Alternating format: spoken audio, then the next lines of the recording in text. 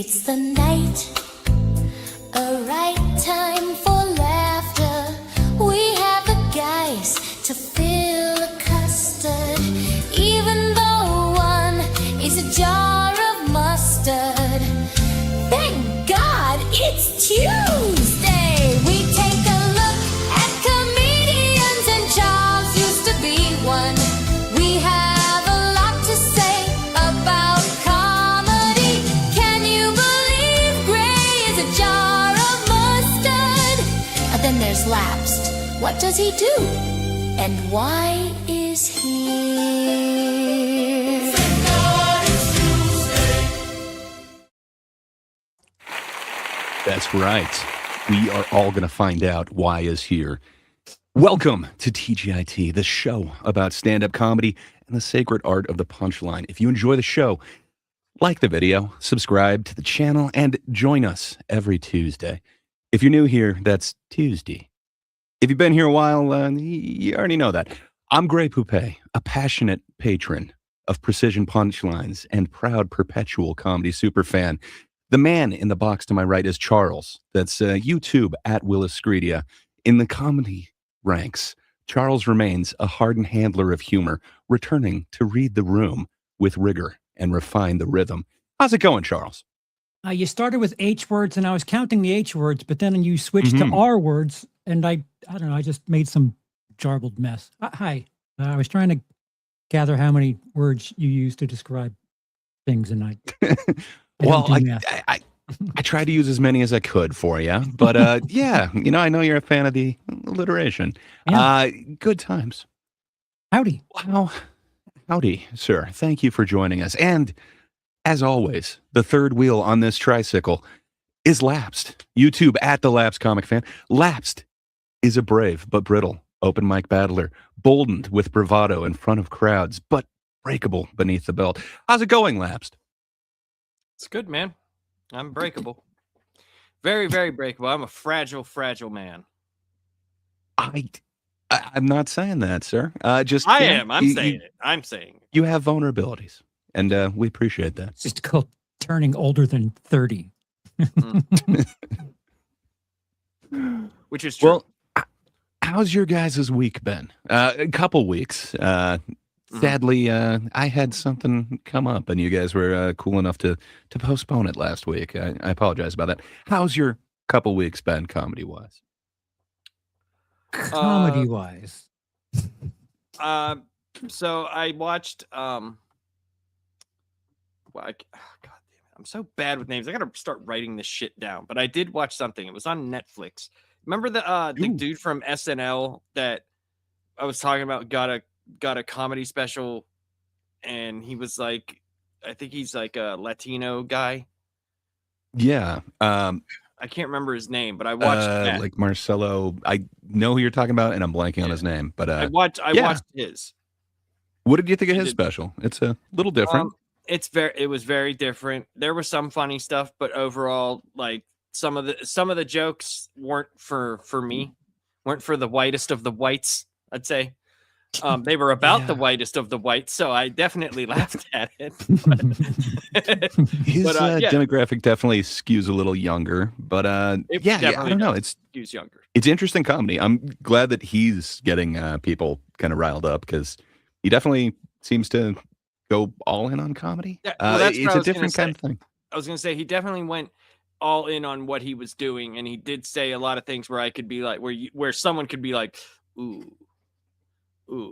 That might not be. Yeah. You know. Do you have his name? I'm totally Marcelo blanking. Hernandez. That's it. Thank you. He's like, I didn't want to go offensive. The best thing right now of the new batch. Yeah, I watched. Yeah, I know my niece is a huge fan. So I was that's it's. Remember, I talked about. I saw that it was coming up like a few months ago. It was coming up. My nephew was like, "Oh, did you see Marcel? You know, whatever. Did you see a special?" I was like, "Well, I knew about it. I didn't watch it." He's like, "Oh, you got to watch it." And I'm like, "Okay, I will." He's in that demographic. He's like the 18 to 26 demographic. So let me ask you the big question. Do you think Charles would appreciate it? Or do you think it's Oh no, not no, pure enough for him. no, it's not. Yeah, Charles is not a purist. It's not a purist Charles comedy special. There are some jokes I think he would like. There are some jokes that I think you would appreciate. We watch SNL skits that he's in, and he's very funny. But that's not stand up. So I would say that what you're saying though, there's certain jokes that he does where his charisma sells the joke, and I think you might appreciate some of the jokes. I would say watch it.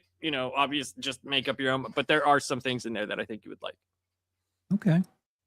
Charles, did you happen to catch any comedy in the last couple weeks? I know you're an avid Kill Tony fan. So you've been... That's what we did. Yeah, if comedy counts as me just getting destroyed on video games, then I was reeling in the comedy all week. Well, I know you've made some comedy. I've enjoyed some of those videos, but I've been enjoying Raiders as well. But I've just been kind of putting on old stand-up specials, and I've been really kind of digging the combination of those. Yeah, I think I reverted in my prior to talking to you guys shell of comedy not really being on the map. So I don't think I watched. That kind of took over a little bit though, Charles. I mean, you since I've known you, I haven't seen you I haven't seen you do something so full blown as I saw you do that. And I can admit I'm the same way. Like for when I first started playing, it was like cool. But then for like the last 3 weeks, that's all I've been doing in my spare time. So I need to do other things, put it that way, because I'm at the point where I'm just like, fuck this game. Well, I think last week Bruce just had a Netflix special, so I happened to catch that one, but that's about the latest thing. Other than that, I've been going through old stuff. I watched Bert's Comfortably Dumb. It is interesting to see Bert with a shirt. I forgot that there was an era in that. That's Charles, you seem perplexed. Right? It's very Comfortably Dumb. Bert. That's a podcast, right? That's not the show that's on Netflix. No, that's his special. I think it was his first one. If not, it's like his second. I thought it was the second one, but it's one of those two. It's definitely early, but it's a shirted Bert, which is interesting. Yeah, and I haven't seen it, but I've seen it on. I saw it when it was on YouTube. I don't know if it still is or not. But well, fair enough. Yeah, that's what everyone's favorite. I took in some of that. And I did watch. I did watch the relaunch of Scrubs. I watched the first 2 episodes. Ooh. How did that go? A legacy sequel. I would say this. I would say this. For people that just like the characters, you're probably fine. But for people like me who actually liked the show and thought season 8 had one of the best finales of all time, where he is walking out and he looks at the banner that was made for him for his last day, and he sees what his future would be and all that stuff. And then they did that season 9 medical school shit show. This is they deconstructed everything that they built up. Every single thing that they built up, they've just deconstructed it all, and it's just torn away. So I didn't care for it. Put it that way. There was some funny stuff in it. There was some funny. I was surprised that they kept the Todd the same. They kept him the same, sexual deviant, talking about his dick. They didn't make him a reformist or anything like that. But other than that, dude, it just doesn't hit the same, obviously. And you know how it is when they bring stuff back like that. It rarely hits. Is it on streaming now, or is it just on network television? I think it's on Hulu, but it's also on ABC, I believe. Because it used to be on NBC, but then ABC bought it. I think it's on ABC. I saw it on demand. That's how I saw it. I didn't watch it on Hulu or anything. I just saw it on demand. It seems like they get a little bit of bite when they go to streaming, but if they're still on network television, I believe it is on network TV, because that's where I saw it, and it did have. I think it had the ABC logo. I'm not sure. Someone in the chat might know. So Justin just said it's probably on Disney Plus, which is also Hulu. I had a similar-ish bad experience. The Burbs. Did you know that they made it into a series? Only modern? I had heard about it. I did not watch it. Is it horrible? Just be it's honest. not. I didn't enjoy it a ton. It does have some fun cameos in it, but yeah, it seems to miss what I like about that movie. So it's interesting. It's just they made it something else, and I don't know that it works for me. But I don't know. A lot of people like it, but yeah, I just feel like I had a similar experience to what you just described with going back to Scrubs. I don't know. I don't know that you should bring something back. Just do something new. No need for that. Well, there is a need for something, and it's science, fellas. We gotta figure out, with some science, what your guys' true preference is. Because I got a feeling that you're not being as honest as you could be, but you can't lie to science. So, oh boy, I think without any further ado, let's get your scientific preferences, just so that we know where you stand with comedy. So, Lapsed, sir, I'm Yes, going to sir. ask you to blindly rank 1 through 5 without knowing what's coming next. Just rank which is your favorite comedian. That's all Okay. you got to do. Okay. Yes, sir. Tommy Davidson, Jesus. 3. 3. Okay. Sean Wayans, Man. He's funny in movies. I was just gonna say, does he do stand up? yeah, he's holding the mic there. Yeah. He's holding the stand like a pro. Of course he does stand up. Could be just for a photo. 4.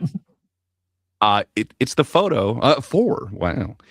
It's the photo for his touring site, sir. How That dare wow you.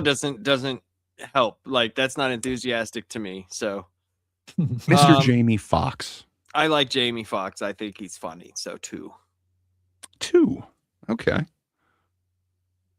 Marlon Wayans. Mm, God damn it. mm. 5. 5. Huh. No love for the Wayans brothers. Now, Phyllis, Okay. I and like the Wayans. I leaving like number 1, it is, of course, Jim Carrey, or crushed it. I somebody crushed who this looks kind of list. like Jim Carrey. I agree. And you know what, Lapsed? We love your consistency. It saves us from having to be surprised. We appreciate that about you. Why But, is here? I think you killed that list. Of course, Jim Carrey is the most well-known, and I think Jamie Foxx is right after him. I think you Oh. killed it, man. it's I living, can see why you living color people. Mhm. It was, yeah. Jim Carrey or somebody who looks like him was in the news recently, and it kind of it reminded me of What good old was up days. with that whole thing? Unclear. That It's is so supposedly weird. the imposter.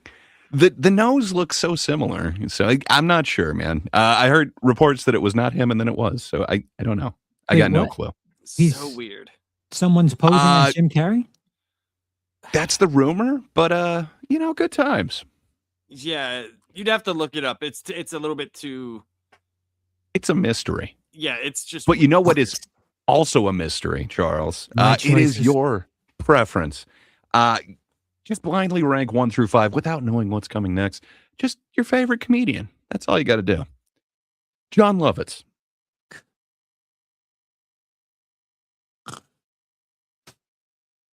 4. 4, you say. Wow. Okay. Kevin Nealon. Yeah.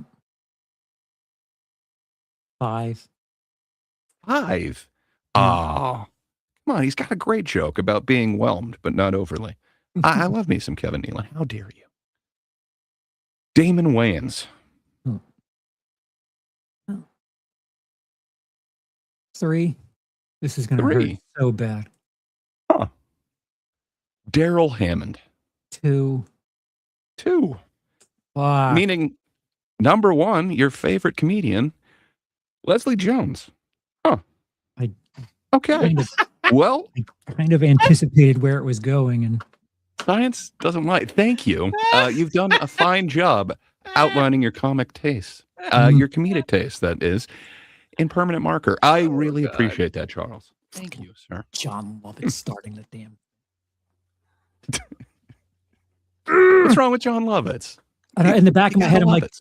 Mike Myers, Dana Carvey.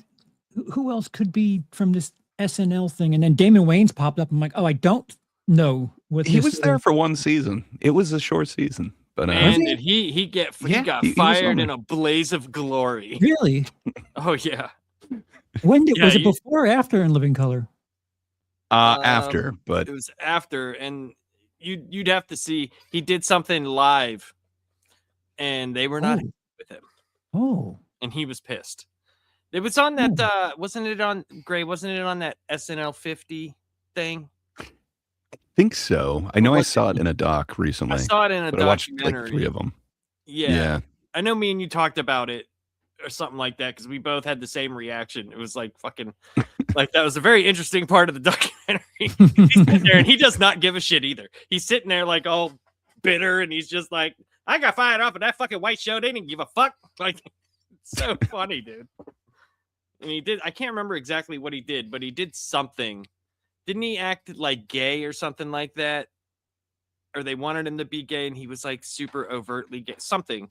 I can't remember exactly what he did, but it was kind of but funny like because they Men on showed it. Film was basically that. One of the greatest review shows ever. No, I could be wrong. I'm saying Oh. like it was something you'd have to find out. He did something and then like went way overboard with it or something like that on live TV.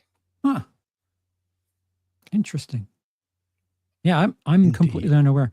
My news for SNL related stuff was I watched Being Eddie, and that was interesting seeing his behind the scenes portion of, why he wasn't on SNL for so long. Mm-hmm. And it turns out that like he was just more disappointed in people in the writing room and so on. Not so much David Spade, but the people that allowed that to get through. It's really interesting. Do you or do you not, or are you not kind of excited for a Eddie Murphy comeback with a puppet? It's more than a puppet. He's got like a little community of puppets. Yes. So are you? Would you be excited for it? I mean, I like Eddie. I mean, get that fuck you Murphy land. Netflix money. Yeah, like There you go. Yeah. him playing around with other people's money. I would like to see that because as much as Norbit sucked, I still appreciated what he did in What that. he did. Yes. Right. Yes. So yeah, fuck it. Let him fuck around. I don't give a shit. Not my money. Murphy Land could be I mean, you funny. got a point. Dude, and then they could cross over with the Muppets and they could have like Black Label Muppets. It'd be great. Oh, you got to go It'd be dark awesome. Muppets with that, man. Yeah. I don't know if they would associate, but I don't know. So do you think he's a fan of Jeff Dunham? I think, I would prefer the Murphy experience over. That would be awesome if he just totally steps in on the Jeff Dunham market. That'd be great. Just crushes him. And not even doing a good one. Just you Right. see him moving his lips. And it's still just better than everything. I'm all in favor of that. Yeah, I would be down to watch a puppet comedy if it's coming from Eddie Murphy. Mhm. That may be the only time. I'm not a fan of the puppets. I don't know why. I don't trust them. It's not with another human, but like Crank Yankers was kind of funny. It had some funny stuff on it. And maybe like a For sure. Muppet I still don't trust show. them. Dude, I'm with you. Have you ever seen the old like Kermit the Frog like coffee commercials? What? Yes. Yeah, where he used to hot coffee and he would like shoot the shit out of someone with a gun and like, oh, it was ridiculous, man. Go It was a no. check different out time, the- Charles. Go check out the Kermit the Frog coffee commercials. All right. Yeah, you'll see. You'll see. It's very interesting. I can't remember what coffee was it? Let me look it up. Kermit coffee. I am totally blanking right now. Wilkins. Wilkins coffee. That's what it is. Yep. Oh, Yeah, and like he'll like That sounds blow like some up good the coffee. little thing and like it's dark, man. It's not exactly Kermit. No, it was Kermit the Frog. It's Kermit like. No, it was Kermit. It was way back then. Yeah, it was Kermit. It was season 1, Kermit. Huh. I don't know. Well, the 50s. Jesus. You're not familiar with an 80-year-old coffee commercial? Come on, No. Charles. Yeah. Yeah, Shot in black and white. It says, yes, Kermit did appear in coffee commercials in the 1950s. He created the prototype character named Wilkins for a coffee brand, which became popular in advertisements. The said, and the commercials featured Wilkins and another character, Wantkins. So it was the prototype for Kermit. Proto Kermit. Prototype. That makes sense. Yeah, he has it a was good Jim like a dummy Henson head. fucking doing Right. Kermit, dude. That's what it fucking was. It was the same goddamn voice. Well, I like coffee, and I'm okay with that puppet, but I'm still not going to trust it. There's something about puppets, man. I don't trust them. Hmm. But there's something that Charles trusts, and that's that we can honestly judge 5 minutes alone. I don't know why he believes that we can do it, but yeah. Oh, I probably should have gotten that ready, but we have a video intro somewhere or something. There it is.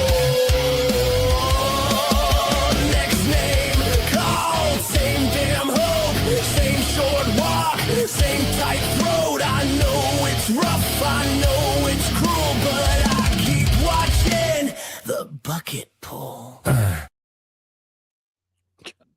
Yeah.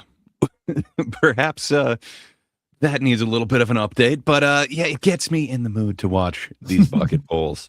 Thanks for going to the effort of putting these together, Charles. So Oh, yes. I need to You explain what you've intervene. There's something of a hybrid here. I'm not mistaken. I'm not sure. There's more than one episode of Kiltonian here because we've been away a little bit.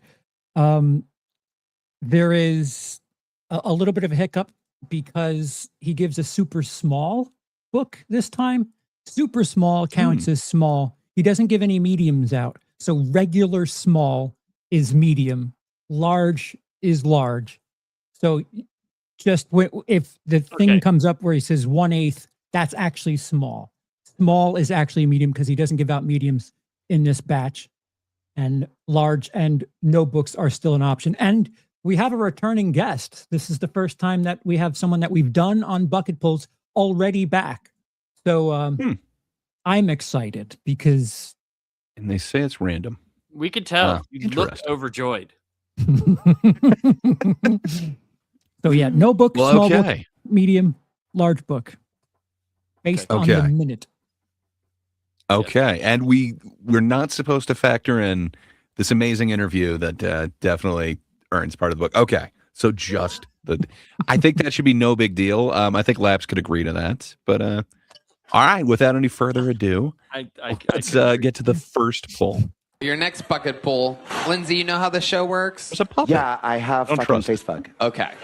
60 seconds uninterrupted going to Ryan Dordery, everybody. Ryan Dordery. Here we go. The show continues.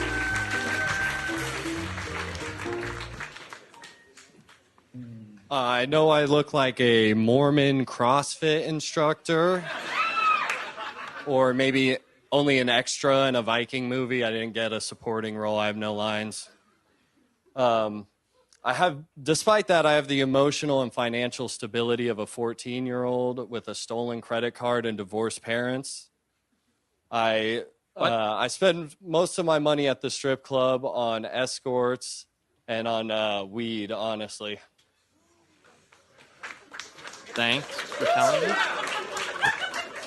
So my solution is I'm going to go to a medical trial here in Austin. They're going to inject my butt with HIV medication.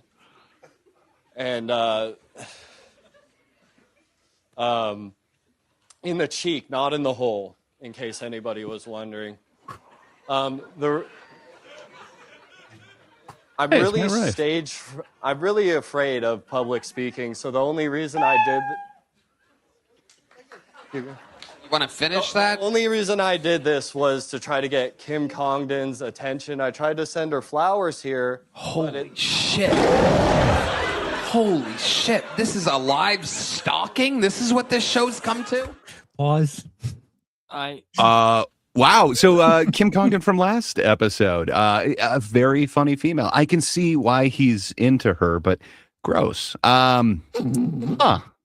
I hated that. Yeah. So I'm assuming this is like the first time that dude's been on stage. I don't know if he is aware of the concept of a joke. Like he had some kind of setups, but then it just nothing. Like his first two lines felt like they were written material. They weren't remotely close to being strong or thought out like jokes. But from there, it was just well, like how nonsense. does it? It goes from what he looks like to all of a sudden he's at a strip club, but he's also buying weed and escorts.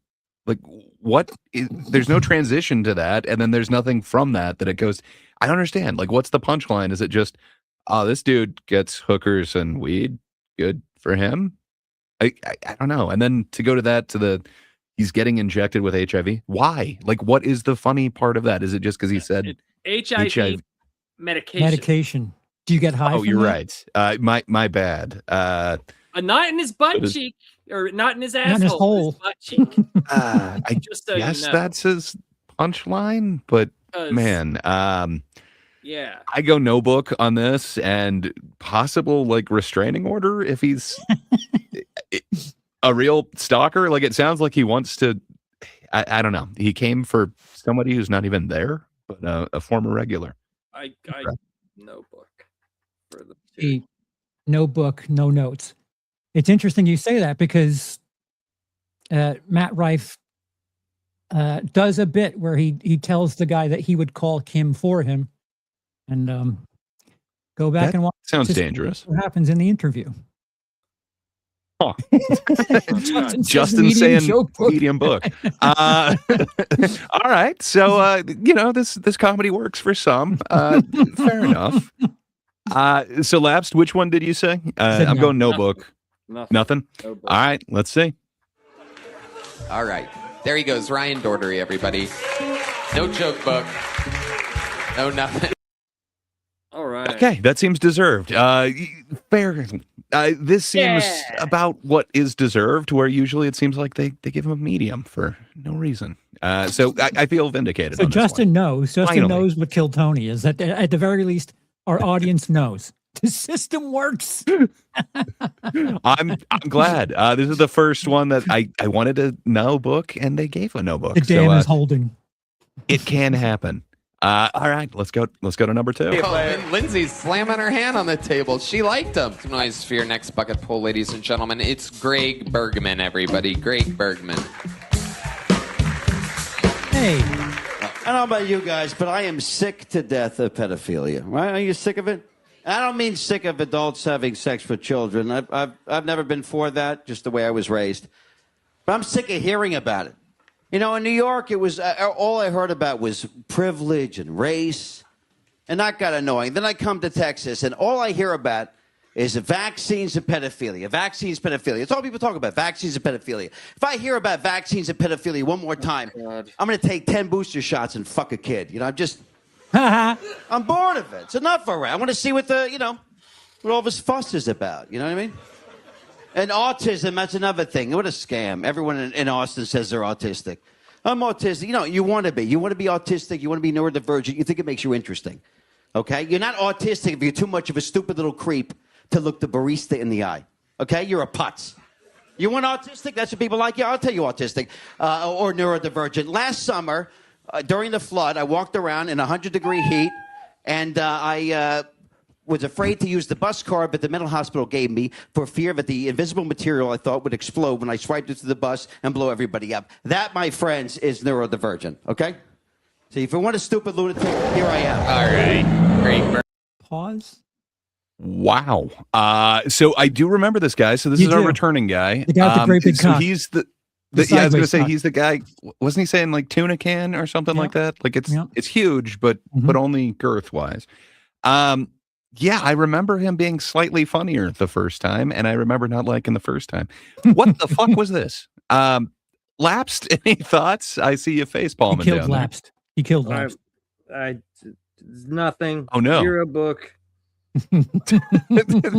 I'm gonna get a booster and fuck a kid.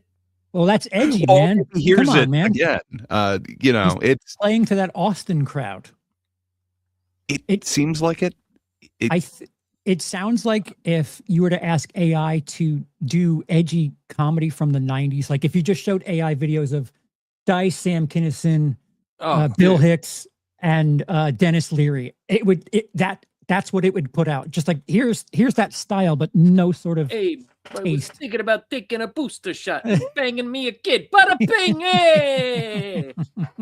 Bada boo, doody doo, hey! Yeah. You just Shut the fuck up. sounding hardened, but there's no real humor to anything you're saying. It's so ridiculous. Like, as soon as he said that first joke, I couldn't even lift my head up to look at him anymore. I just didn't want to look at him. I didn't even want to look at the guy. Yeah, it feels. I guess Charles kind of nailed it when he's saying like that '90s edgy thing. Yes. So Ms. Sparkles in the chat, she did tag me on Twitter with a rather edgy subject matter of a joke, but it's this comedian Ty Rivera, who's I love that dude. I think he's hilarious.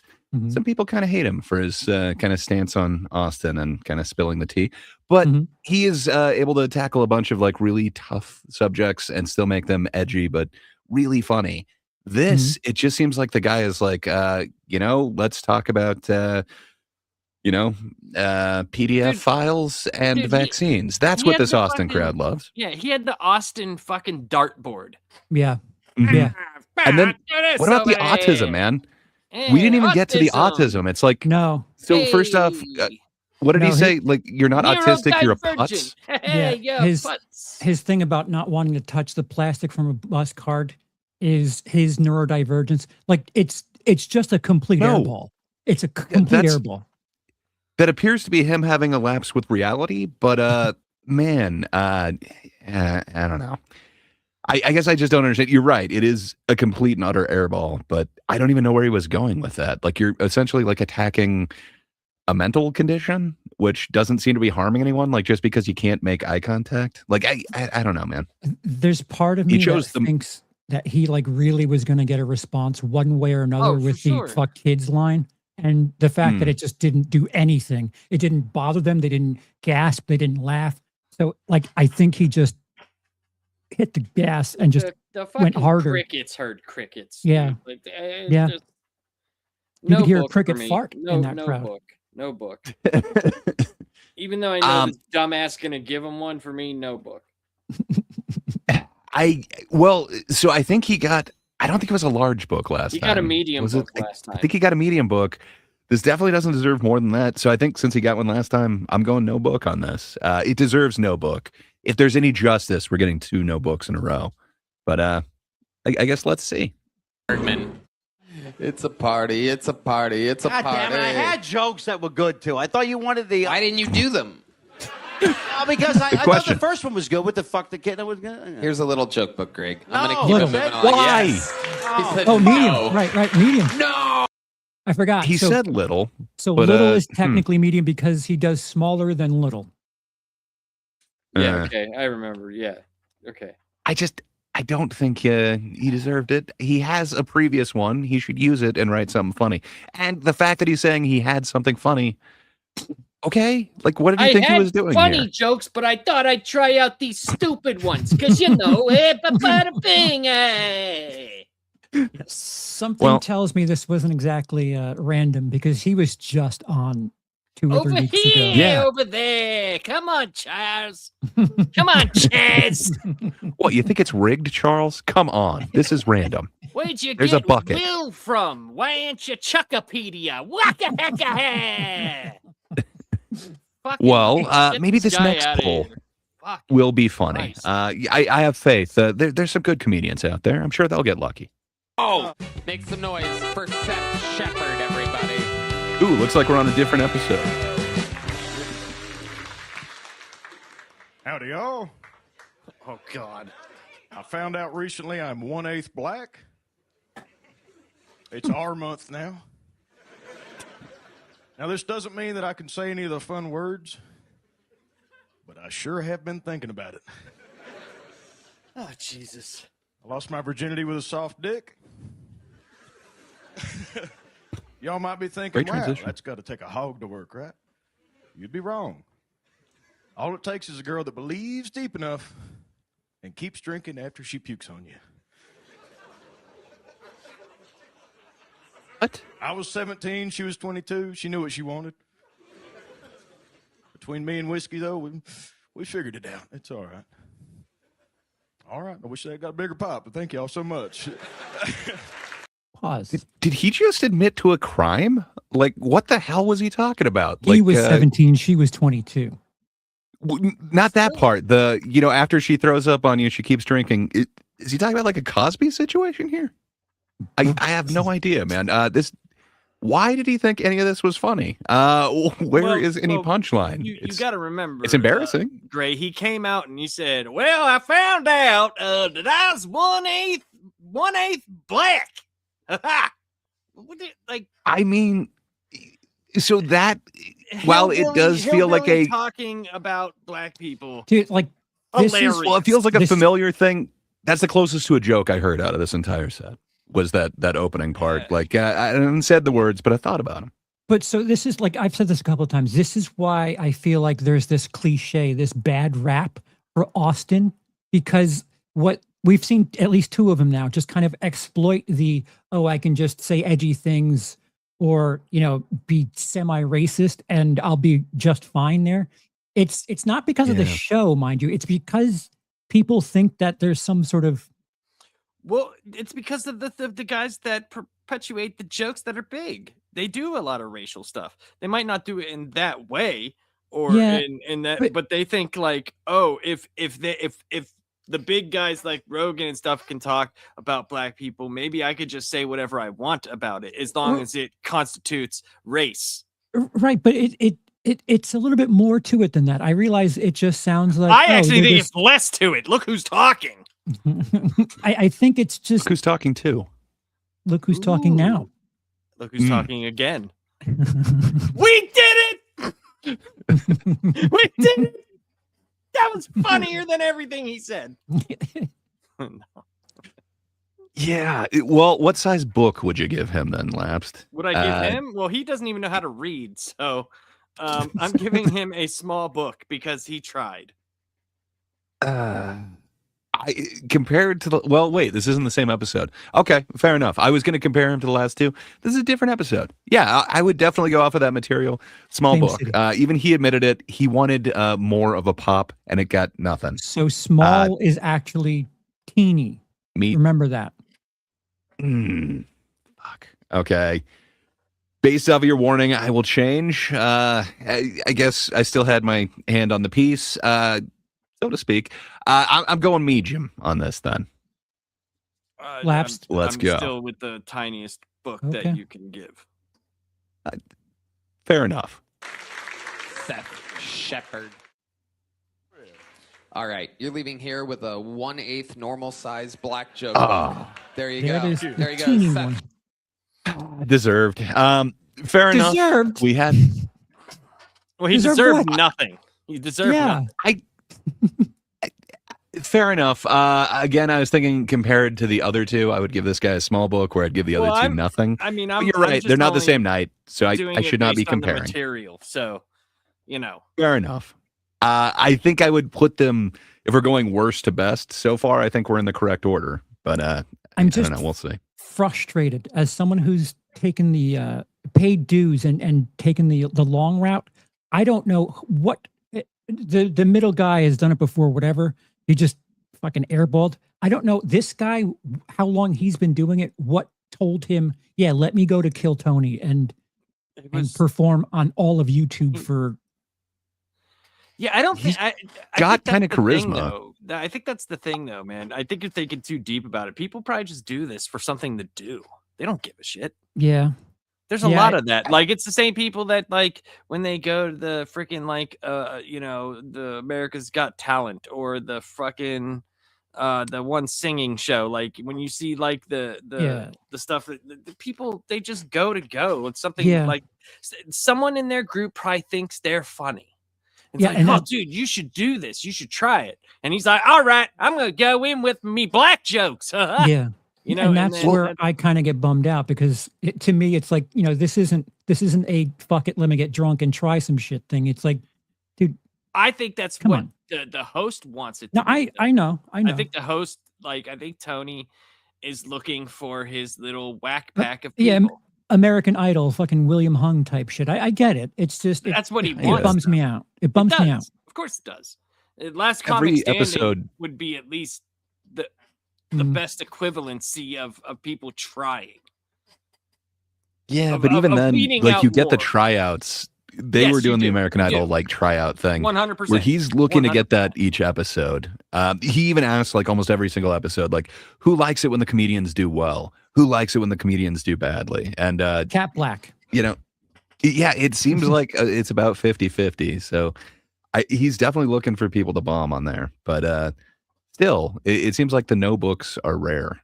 Yeah, like if I were to go do this and I bombed, I would just feel gutted. Just gutted. Oh, yeah. Especially the views that they're getting now. Like, back in the day, cool, it was just like the small room of the Comedy Store. Like, you could...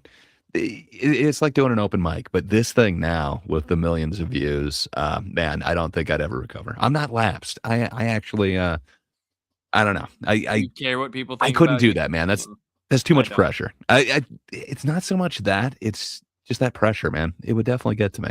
I think I'd be thinking about everyone. I'm sure you would be. But I mean, there's ways to get around that. You know what I mean? Like, if you live too much in your head, you're never gonna experience like anything like that. You know, like it might be too hard, and it's totally understandable, dude. The first time I had to speak for work and actually I was actually like, I didn't think I would be, but like, man, when the first person went on and I knew I was going on in like 10 minutes, dude, I got sweaty. I was like, what the hell is happening? My heart rate was all up. And then I was like, well, either you're going to do well or you're going to suck. There's no like middle ground. You know what I mean? There it really isn't. So it's like, you just got to do it. And with this, I could see like someone like you who is like basically in love with comedy. And maybe it not ending well, you know, or something like that. It would be nothing but in your head. Yeah, I could see that. This guy seems so calm. You know, this dude did not seem nervous at all. He just had that slow delivery, and it just seemed. I wish he had material. He's the one that I wanted to listen to the most out of these three, and he seemed the most comfortable there. Just, you know, that's where, like, it's a shame. Like that second guy, ultra confident. He's confident in himself, but he's got nothing. Like there are all of these intangibles that not very many people have all of them, and can, you know, pull it off. Well, Charles, he did have funny jokes. He just didn't tell them. Remember, like he didn't want to do. He didn't want to do the funny jokes. He didn't want to do those. He did his own. I don't know why own bucket list of jokes that he has. He's like, shit, it's the bad ones. Fuck. I got to do these. Yeah, I have no idea why you'd keep those holstered if he actually had good jokes compared to, you know, what he actually ended up putting out there. I don't know, man. I don't get it. But okay, small book and a no book. So let's go. Shepherd, everybody. On to the next one we go. Your next bucket pull, ladies and gentlemen, goes by the name of Julian Casas. Julian Casas. Okay.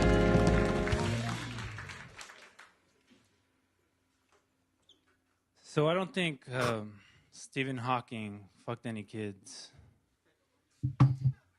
Because how?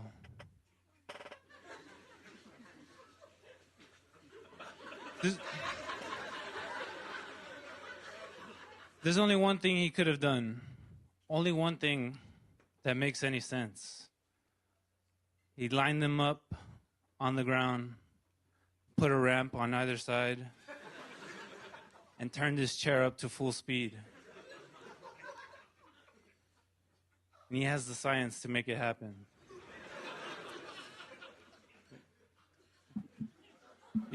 I could just imagine his tires creating fire tracks. And I'm pretty sure that's how his face got that way. It's just the wind resistance. You know what I mean? It's just like... All right. That's my set. Hey.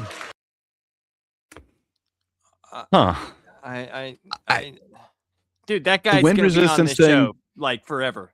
He's gonna be on this show forever. That's what's gonna happen. This is like his next new thing. Did you hear the Stephen Hawking bit? Ah! The wind resistance thing could be funny. I think there's a way that you could have used that, but He did it. It's the fucking visual gag. That's all it is. yes, and maybe that could work, but the way that he did it, man, even that didn't work for me. So I think this has to be one of this guy's first few times. He just seemed so nervous. Well, I was he going to did say the not seem opposite. comfortable up there.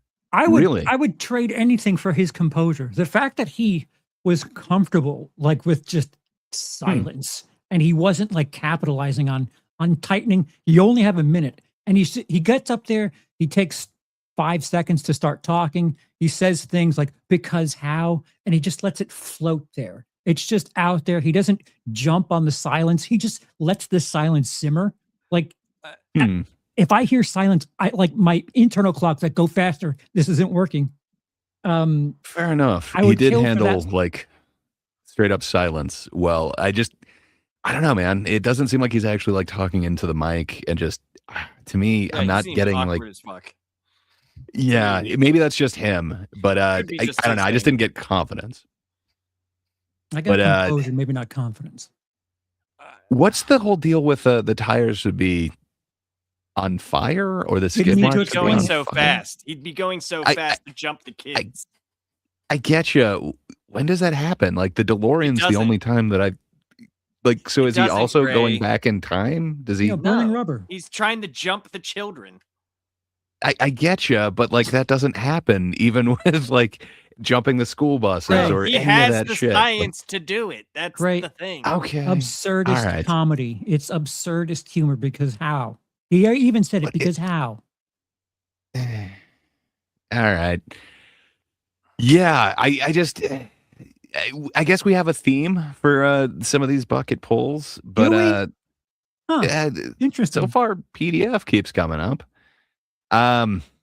But yeah, I don't know, man. Just the whole he couldn't do it because he's handicapped. Please, Stephen Hawking was handy-capable. How dare he? It feels like an all-star cast of. I know what jokes to tell to Austin. That's what it feels like. I love it. Justin Gray is putting in there. Stephen wrong, very wrong. Yeah. So if I'm giving him a book, you're right. He handled bombing well, but that's kind of all he did. To me, that's not no book. I guess I'd give him small. Are we teeny tiny? saying the medium is small? So teeny tiny is small. Medium is actually small because a medium was not given out. All right. Fair enough. I'll go medium then. Let's go medium. I think So- he deserves a small, not a teeny. Normal small. The small book. That's what I think. Small book. Okay. And it looks So- like Justin's playing along in the chat. He's also going medium. Okay. Medium small. Yes, thank you. Okay. So we're all on the small. Yep. Medium small. Yeah, Sign up medium. again. Here's a big joke book. Thank you. What? He must have killed that interview. I understand that is a huge portion of it, but goddamn, if it's based off that material, there was nobody. There was a couple of nervous chuckles, and that's it. No, like I said right after this was over. He's gonna be in that whack pack room, dude. They're all gonna have like a camera in there telling each other like the weirdest of weird stuff. Like this is the new Tony Hinchcliffe show. It's to be like, Somebody hey, check out. I want to see that interview. Click that reveal, This dude please. does not deserve a large book, and this was actual large. It's not medium large or whatever the hell. Right. So, Right. Yeah, man, that he must have killed that interview I because hate goddamn, this that set sucks. Well, it's not just based on the buckets, but based on This 5 show- minutes or 1 minute this show alone. it is. Small book. Come on. How dare he? All right, the I fact that think both of this you would be. reacted is Tony quite Hinchcliffe Well, is a piece of Dude, shit. it's not a large book. Like, my God. He needs to actually have a joke. You're right. And maybe Tony saw something that we didn't, where he was comfortable with the silence, where he's just getting nothing. You're right. He didn't speed up. He didn't really change his demeanor after that. That's not enough for a large book, though. No, but maybe he saw something and then he was able to actually do something in that interview. But yeah, what Well, we saw Laps- does not deserve. What Tony saw was him, this guy, William Montgomery, the wheelchair lady. He's like, oh, you can make jokes. Fiona about Collier is her. awesome. And William then Montgomery's you can- amazing. And you can shout out to his fucking- poor little dog. And then you can fucking, tell all these jokes together that suck and nobody gives a shit about. How dare you, sir? It is harder than Yeah. you think to do a weekly one. But yeah. You keep saying that, but it's just a guy going up and talking. Like, I could write 40 minutes Yeah. of just dumb things. And there you go. Okay, There's but 40 some of them shows. better be out of the park home runs because that's what we get with a William Montgomery. And our thoughts and prayers to his poor little puppy who Dog broke died? its little leg. Oh. Broke its little leg. It's the sweetest little It's a little dog. bit different. Not like a horse. Yeah. All right, final one. Will we get justice? I feel like Headliner. the first one was good. We'll see. Good. In that Yeah, dude, he we didn't even got catch the it. Dude. This dude just fits in result. perfect. He fits in perfect. So perfect. With the Tony Hinchcliffe tard barn that he has going on. Is he trying to make like a modern? So just to version of clarify, because Jerry's I Case? seem to have. There should be a telethon for them all. But sorry, just to clarify, since I shocked Charles by saying the first one was good, I meant the verdict. The book awarding seemed good and just. It was Fair. nothing. Fair. It seemed fair. That's a better way of saying it rather than good. So I'm hoping for another fair judgment on this one, but final one. Next one, it's Nick Cano, everybody. Nick Cano is next on Kill Tony. Looks like it could be funny. Oh my god. I was talking to my black friend the other day on the phone, Right. and he was ignoring me. It was really pissing me off. So I was like, you know what, man? Fuck you. Go to hell. You know what? Go to black hell. And that got his attention. Yeah, he turned around real quick. Yo, black hell is crazy, bro. Is it? You guys think hell's not segregated? It's run by the fucking devil. Like the most evil guy of all time. What do you think black hell would be like? Just more every day, finding out you are the father forever? Baby's name is Smoke Detector, always needs batteries, you know? There's gay hell. There's 2 levels of gay hell. There's top end, bottom, hell yeah. Not homophobic, I just hate people that love to gossip. Japanese hell would just be Vietnamese heaven. I don't know. I think Mexican hell is actually froze over right now because of all the ice. I'm just really glad I don't have to go to Indian hell. Can you imagine how bad that place fucking smells? Holy shit. Thank you so much, guys. Fuck yeah. Hey. Wow. So we are talking about Hackness a little bit later. That was a pretty solid hack set right there. That was. Yeah. Nothing but stereotypes. You could almost fill out every one of the punchlines for him. Oops, all stereotypes. Yeah. There's a couple that kind of, I don't know, maybe I wouldn't have predicted, but man, that was some pretty solid hackery right there. Lapsed, any thoughts? No. I see your face palming again. Nope. So you're Hated enjoying the Kill Tony experience. I hated every single thing about that. That was awful. Yeah. So, Gray, to your point mean- before, if these Yes. 5 sets were just, there'd be 0 joke books given out, and that I is think not what so. happened. Maybe I would give the third guy a small one based on how these other ones did. I think his was the one that I enjoyed the most. But yeah, I'd be cool with all of them getting nothing. I would just say, good day, sir. But yeah, as for this one, I mean, there's a premise in there that could be funny. Like, I've never thought of, is hell segregated? I mean, I feel like there could be something to that, but just, man, It's an I do idea. not enjoy. It's a premise. It's not well thought out. No, I got to admit, there's like a kernel of something there. It's just a premise I never really thought of. It's like, yeah, the devil might segregate stuff, but still, I don't feel like there was any sort of pop on that. There was no reason to go with that premise, and then we're just immediately going to every stereotype you can think of. Well, yeah, it's just ground floor. It's an interesting idea. It's a intriguing start, but then it's just ground level stereotypes from there. It's just lazy. It's like really lazy. Hacky. Yeah. It was Yeah. bad. He got a little bit of a pop from the audience, not much or anything like that, but compared to everybody else, I'm guessing he's giving him a book. This isn't going to be a no book situation. So the small book is what we're calling medium, right? Yep. I don't think this dude's getting a large, so I'm going medium. I don't think he deserves it. I'm going off of the material, and he gets nothing from me because that was just bullshit. I'm also going off the material. I didn't bring up what he could possibly do. I think I deserve some sort of acknowledgement. You thought that material deserves a book? No, compared to the other guys that are on there. I can't compare to the other people. I can only go off of the 1 minute material.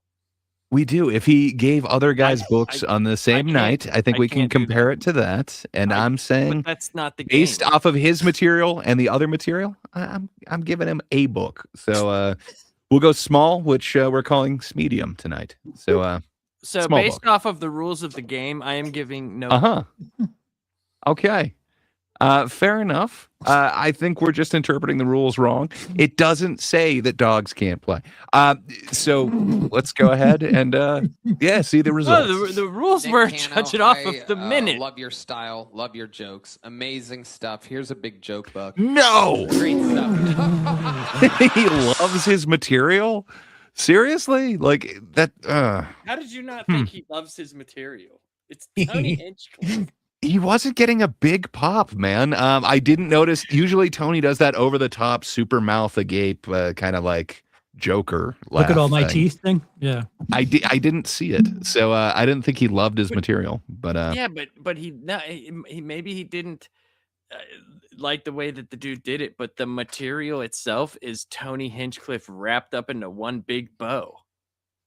Has there ever been black better at that? I'm not saying he's not better. I'm just saying the material, the premises that he spoke of are literally Tony Hinchcliffe's bag. Has there ever been a moment where Tony has purchased material from someone or punched up stuff for them? Because I feel like yes, he would see some potential in the idea of a segregated hell. I know he's done writing for people, like for that's what I was going to say. I know he's done roasts. Not only did he write for other people, but I mean, generally you have a couple of people writing for you when you're on a roast. So I'm pretty sure both of those. He's definitely written for others, but I'm sure he had others write for him for roast.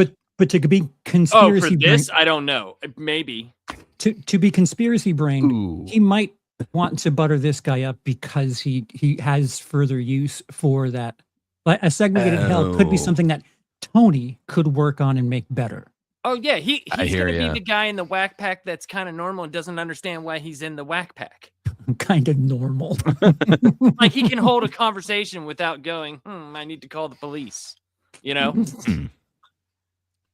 Like fair if enough. you have a sorry, conversation with William Montgomery. You're like, I don't really want to talk to you, and you need a bath, and I'm calling the police. No, man. He was awesome to talk to. It was a little concerning, but that element of danger really made that interaction that I had with him amazing. I mean, that's what I want to do whenever I talk to random people, is have the element of danger involved. Oh, yeah, dude. That's what I live for. What can I say? But yet you're afraid to talk in front of people. Yeah, talking's weird, man. But you know, shaking a clammy hand is great. So let's see. Does Tony praise him anymore after giving him the large book? Fuck out of here.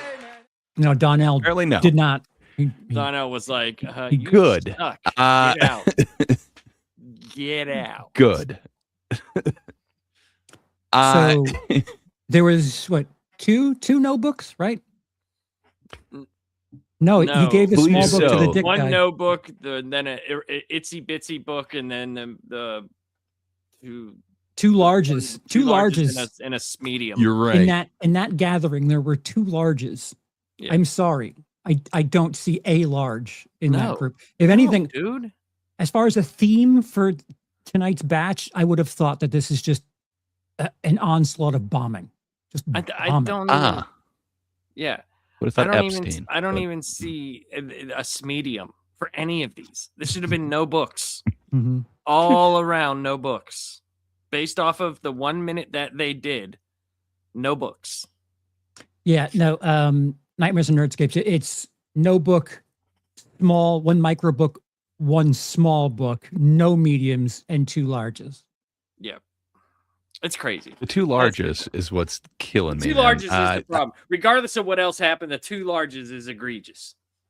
They must have been amazing interviews. I got to be honest, like based off of Timmy Nobrick's first minute, I would not have given him a large, but that first performance, yeah, he won me over. But I don't think these guys are that type of showman. So yeah, I don't know. That does make me have to go back and see what the hell happened. It does not make me want to go back and watch any more of them. I've seen enough. Fair enough. I gots to know, man. I gots to know. And I understand that. I understand that because it is weird. Like, how did it go from that to that? Like, yeah, it's just sometimes when there's like a personality like that, I'm like, I've met so many people like this that it's like, no, I don't want to hear any more of you. It happens to me all the time. Trust me. Happens to me all the time. I've had many people say to me, I don't ever want to talk to you ever again. And I'm like, believe me, I don't want to talk to me either.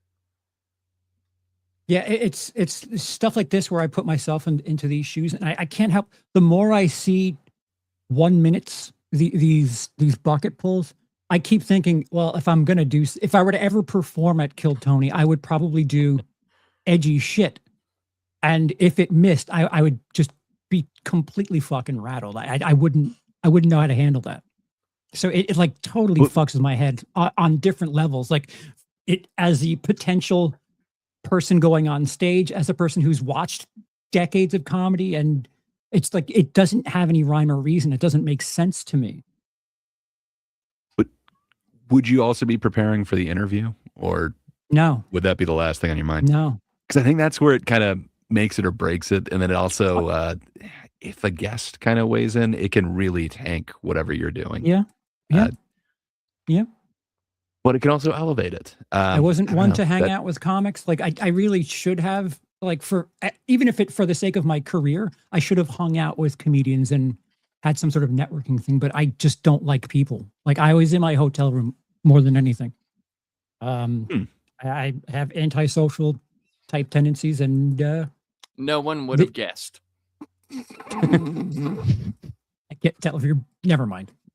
You seem well adjusted, sure. I never would have noticed. Well, I guess that brings us to the main event, right? The thing we have been teasing for over a month. That's right. We asked you all for names. We needed your help with votes. You guys weighed in. And thanks to you, we now have something set. Could we go with some definitions first? Would that make it? Well, so okay. This is a bracket that's a Sweet 16. We're down to half of the original bracket of March Hackness. Some people asked, it seemed like some people had different definitions of what hack is. Why don't we all give our understanding or our definition of what hack is, and then just so we have some sort of mass confusion that continues with the mass confusion of everything else we do. So I think you're right, but I would say we should probably show what like the search set, and then what we thought what it was, because I think that's we had so many conversations about it and how many differences in opinion there was. So I did before the show, I kind of looked on the major search engines just to see, and this was the main one that kept popping up. This definition. Now there's me, Charles, and Gray. We have different things to put on top of this, but this was the one thing that kept popping up. And it said a hack comedian refers to a comic who uses unoriginal material or performs overused and cliche jokes that lack creativity. They often deliver these jokes in a way that does not connect with the audience, relying on tired tropes rather than fresh content. Which, for me, I'll go for that. There's some of that I guess is true, but there's hack comedians that kill. Yep. You know, because Yep, there's yep, that very much. audience might like those familiar jokes. You know, like Well, we got just saw into- a hack comedian get a large joke book. So, yeah. Yeah, so there's those premises that people like to hear, you know, and like when you go see like a Joe Rogan, you know he's gonna talk about like religion and fuck a he's gonna And a he's gonna fuck a stool's gonna be chair. involved. He's gonna do Mhm. something about like an ape fucking something and do the you know, he's gonna do that. So like that doesn't mean that they're bad. It's more like they just rely a lot on the same shit. And that's what they do. Like we see a new special, but yet is it really new? Or does it just feel like an extension of what they've been doing for the last how many ever years? That's kind of how I interpreted it. So For what did you guys feel? How did you add any more onto there? Gray, Charles, would you like to go? Oh, you want me to go? Okay. I'll headline. So for me, hack, it's derived from hackneyed, which hackneyed meaning overused, unoriginal, or trite. So I don't know. When we say a joke is hack, we don't necessarily mean a comedian is bad or untalented. We mean the idea is so familiar that the audience can predict the punchline before it even lands. Most comics write hack jokes at some point, and a lot of great comedians grow out of it. It's not a moral judgment. It's a note about the craft. Generally, here's how you know something's hack. Did you know where the joke was going before the punchline landed? Have you heard essentially the same joke from multiple comedians before? Did the joke rely on everyone knows this instead of any sort of specific POV? Was the biggest reaction applause instead of laughter? There's more criteria, but I think that's my main hack diagnostic test right there. Charles, were you using it in a different way? Yeah, yes and no. To be completely candid, I have used hack material. I've done quite a bit of hack shit. If you see any clips of me on the internet, my road sign stuff is pretty hack. I'm not the only person who's done stuff like that. My definition of hack would be that a comedian that is doing material that doesn't really make it distinctive, something that you're aware of that doesn't, like, can you picture someone else doing that same material? If you can, the comedian didn't make it their own.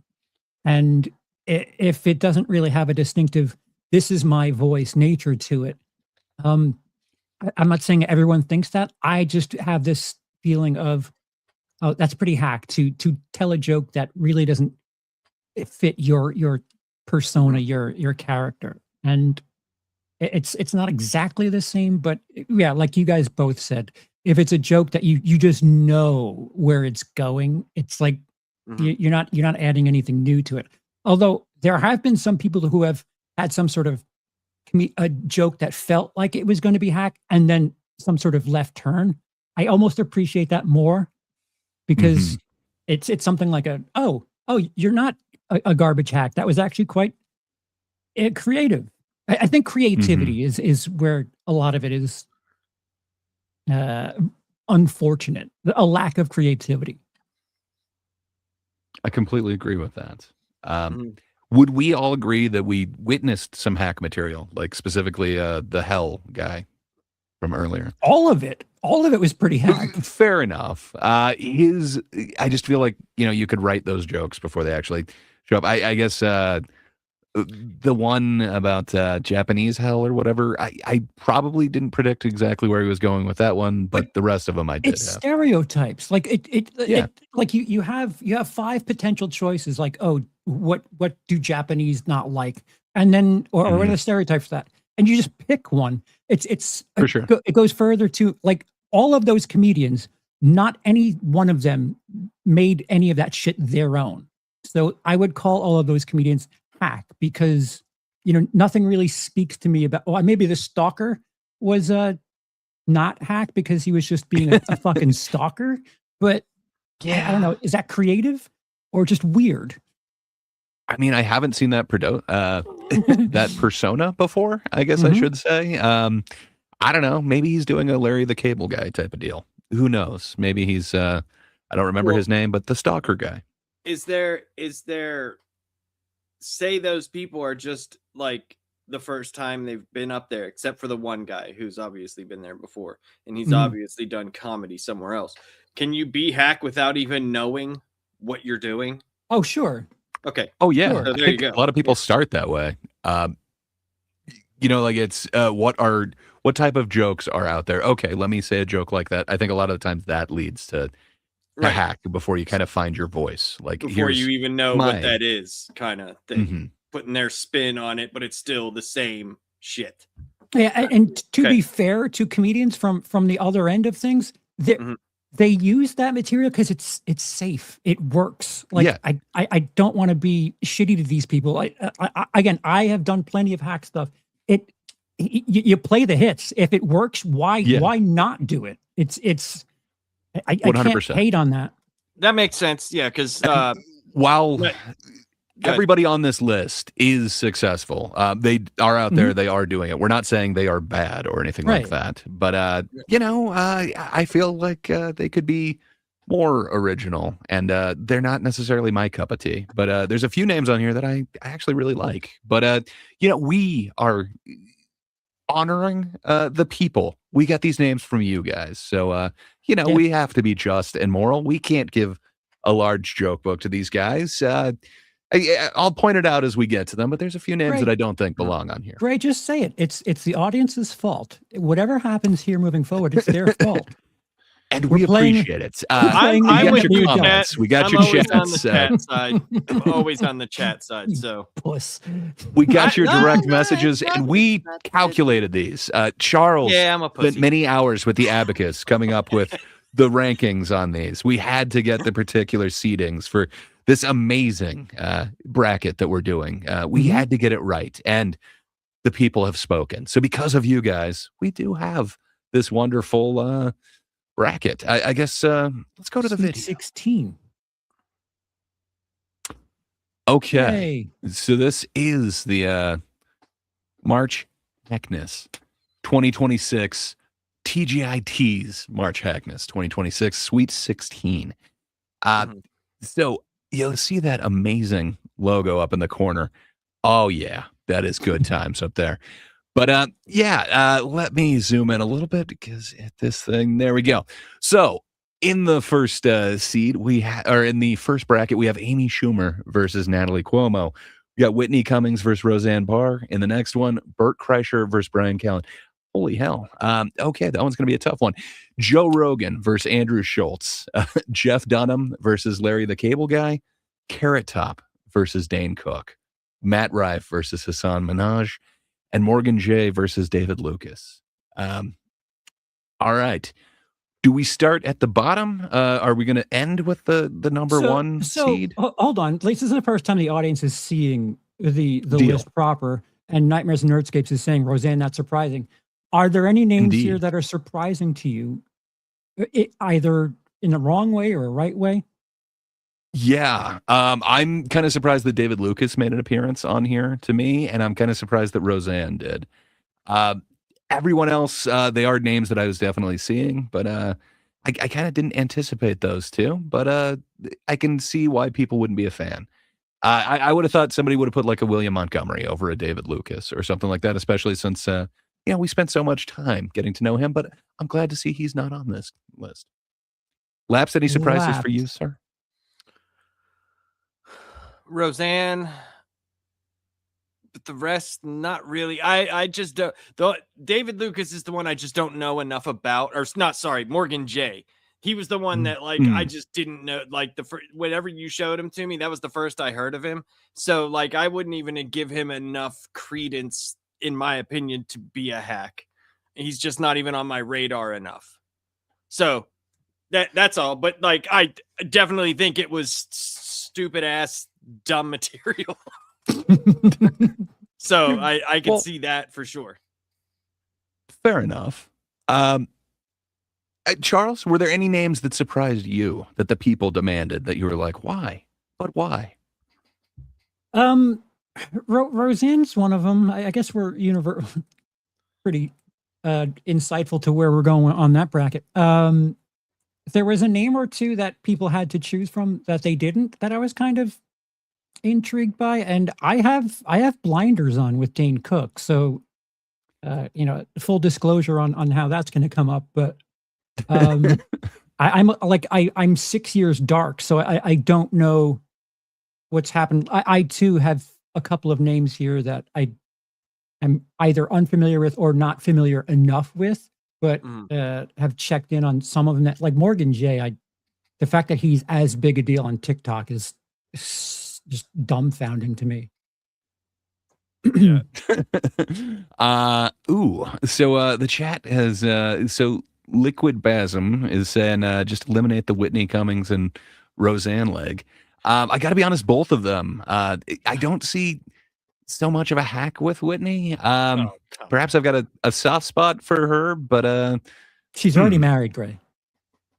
That's perfectly fine. I just respect the fact that she rescues dogs, even after she had an incident with a rescue dog.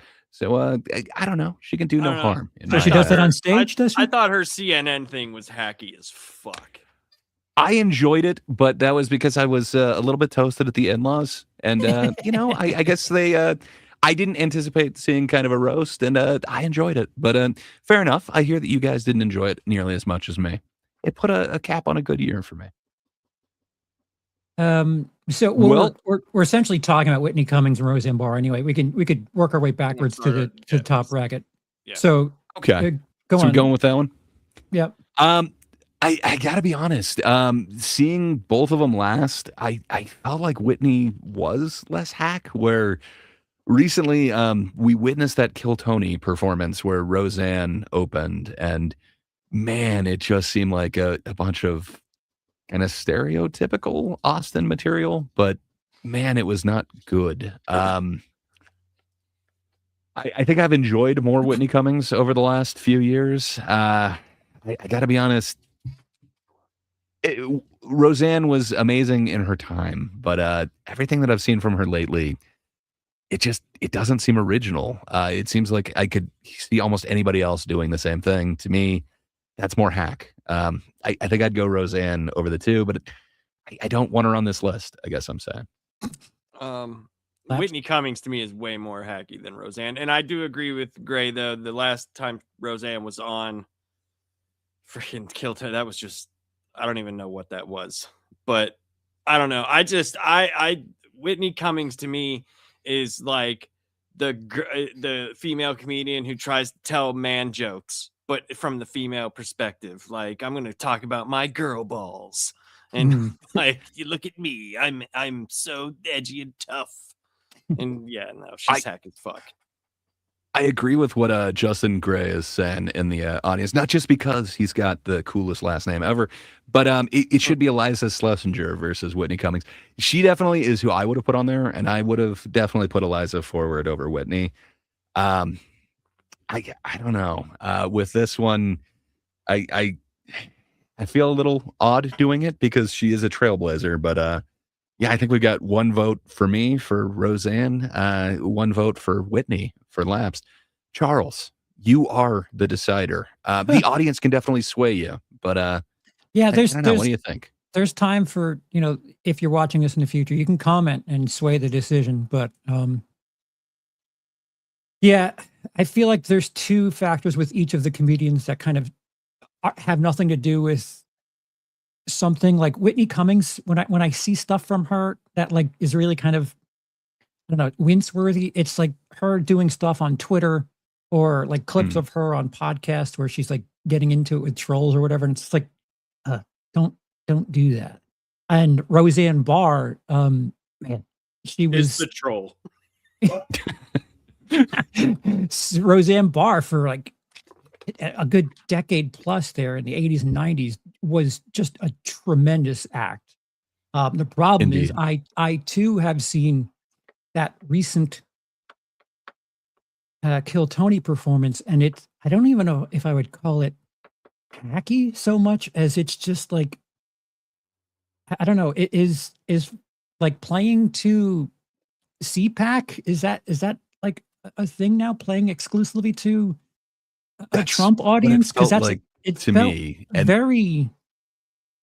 Yeah, it felt like she was like doing stand up for a political convention, a specifically right wing convention, and at a certain point, like your Roseanne Barr, you only have like you're taking notes and looking at your notes for 3 minutes. You can't put out 3 minutes. well, and she used to be so amazing with Right. I don't know. I defend like her whole cookie photo shoot thing. I thought that was amazing, but then I don't know, when you get to like her weird ass tweets and stuff, I don't know. It's hard for me to kind of defend that. How much of those are chemically induced, though? Yeah, Like, it's fair. I think a good portion. That's like, fair. Because whenever she's clean and like clear and sober talking, she's still like bang on. But it's like, how often are we seeing that anymore? That's you know. So I'm looking at the career overall. That's how I had to do it. For me. I'm just saying, for me, that's how I had to do it. And to that And I point, got a feeling whoever we put through in this, I think they probably are going to be out hacked in the next one. But again, we're focusing on this thing.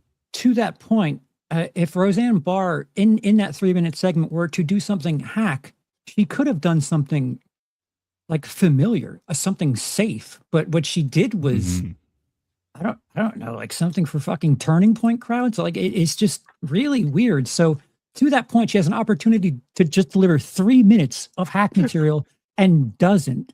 I'm gonna go with Whitney Cummings here, to be honest with you. Sorry, I got distracted by at Dirge Laments. Get Carrot Top the fuck off this list.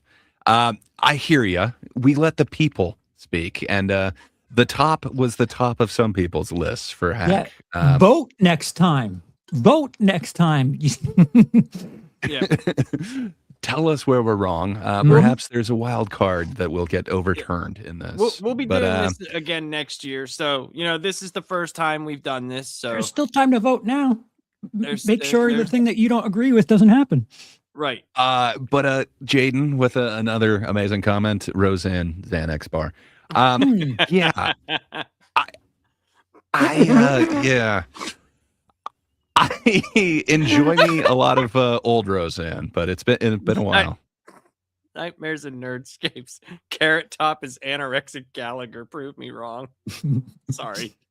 Sorry. I mean, Carrot Top has been more ripped than I've ever seen Gallagher. But fair enough. Also, I don't know if I would have. Well, we'll get to the top. That may be a chemical imbalance there. That. But Charles, I think we sidetracked. Yeah. So are you going Roseanne then? It sounded like you were kind of leaning that way. I'm choosing Whitney Cummings. Okay. I said Whitney Cummings. I missed that. So Whitney wins and goes through. For now. My bad. I'm sorry. I think the chat had me a little bit focused there. That is my bad. Okay, so we've got our first winner, the 8th and 9th seeds. All right, we have Whitney. Should we go to the bottom? Should we go? Wait, all right. I have to make fluids happen. So if you want to get started on Morgan J and David Lucas, I can certainly jump in. I won't be that long. That's fine. Okay. Last. Like what? Okay, I'll go ahead and start it then. Okay, good. Oh yeah, go right ahead. You say. I just didn't like. I personally didn't know enough about Morgan J. Right? I just didn't, and I've seen David Lucas all over YouTube, so I just didn't know. Like when you showed that the other couple weeks ago or a few weeks ago, I didn't even know who the guy was. So when I saw it, I was just like, I don't even know what the hell's happening here. Like, this is all that he does, or does he actually stand on stage and tell jokes, or is it just he has a guitar at some points. He does a couple of songs, but the main thing is that auto-tuned crowd work. Yes, Cher mixed with Matt Rife. It's great. Morgan J is the auto-tune audience guy. Yes. That's pretty much what he's known for. But if you talk to Matt Rife, he's known as the crowd work guy or whatever. He says it's 50% crowd work, 50% his material. So I don't know. Maybe Morgan J considers themselves more of like a musical comedian, but right. to everybody else, it's the auto-tuned crowd work guy. But I can say, like, the stuff that he did bring up, the only stuff that I watched him talk about, who wasn't gonna bring up sex to a couple? Like, who wasn't gonna bring up this to that? So I would say, out of those two guys, Morgan J by far supersedes David Lucas's hack in this. Yeah. That's exactly where I'm at. I love me some David Lucas. He is really the one on here that I wouldn't have put on this list. I think there's more hack comedians that deserved to be on here.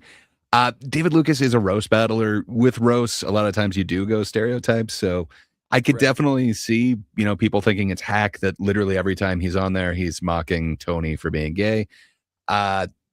There's only so much that you can do. You can either call him like Woody from Toy Story, a puppet, a ventriloquist dummy, or gay. There's not a lot that you can do off of that, but I think he's excelling at what he does. Wouldn't a talented comedian be able to get more material in here?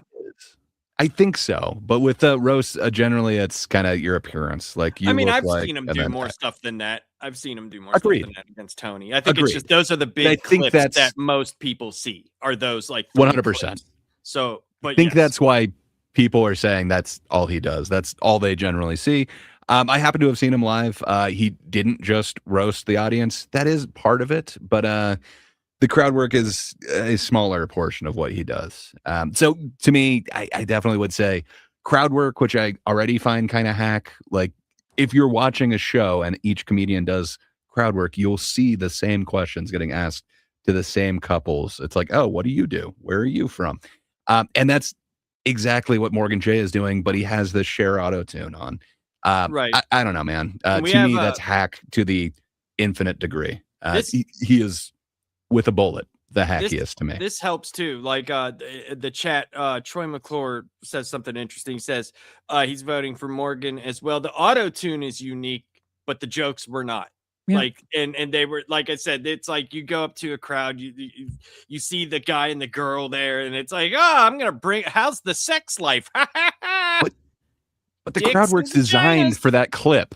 Like he waits until there's a moment and then he looks at the camera and does like that wink or whatever. Right. I hate that, man. That adds super hacky. It's so hack. That's to me, it's so I agree with it. That's what I'm saying. That's a good observation that the jokes were not good and they were very hacky jokes. Charles, what say you, sir? Where are you falling on the Morgan J. David Lucas? So I have something of a blind spot with roast battles because I'm not really favorable towards roast comedians. But for everything you guys have talked about, Morgan J is, and again, to my definition, anyone can do that. That's not distinctly him. You can have anyone who puts their voice in fucking Kanye mode and just asks people, like you said, questions that every single comedian would ask. And I guess the thing that makes it him is looking to camera and winking. Like, it's just like, yeah, I know. I say nice after someone says 69 too. What's your point, man? Like 69, dude. Nice. Yeah. I don't know. I like me some David Lucas, where I have not enjoyed anything from Morgan J yet. And I've been trying, man.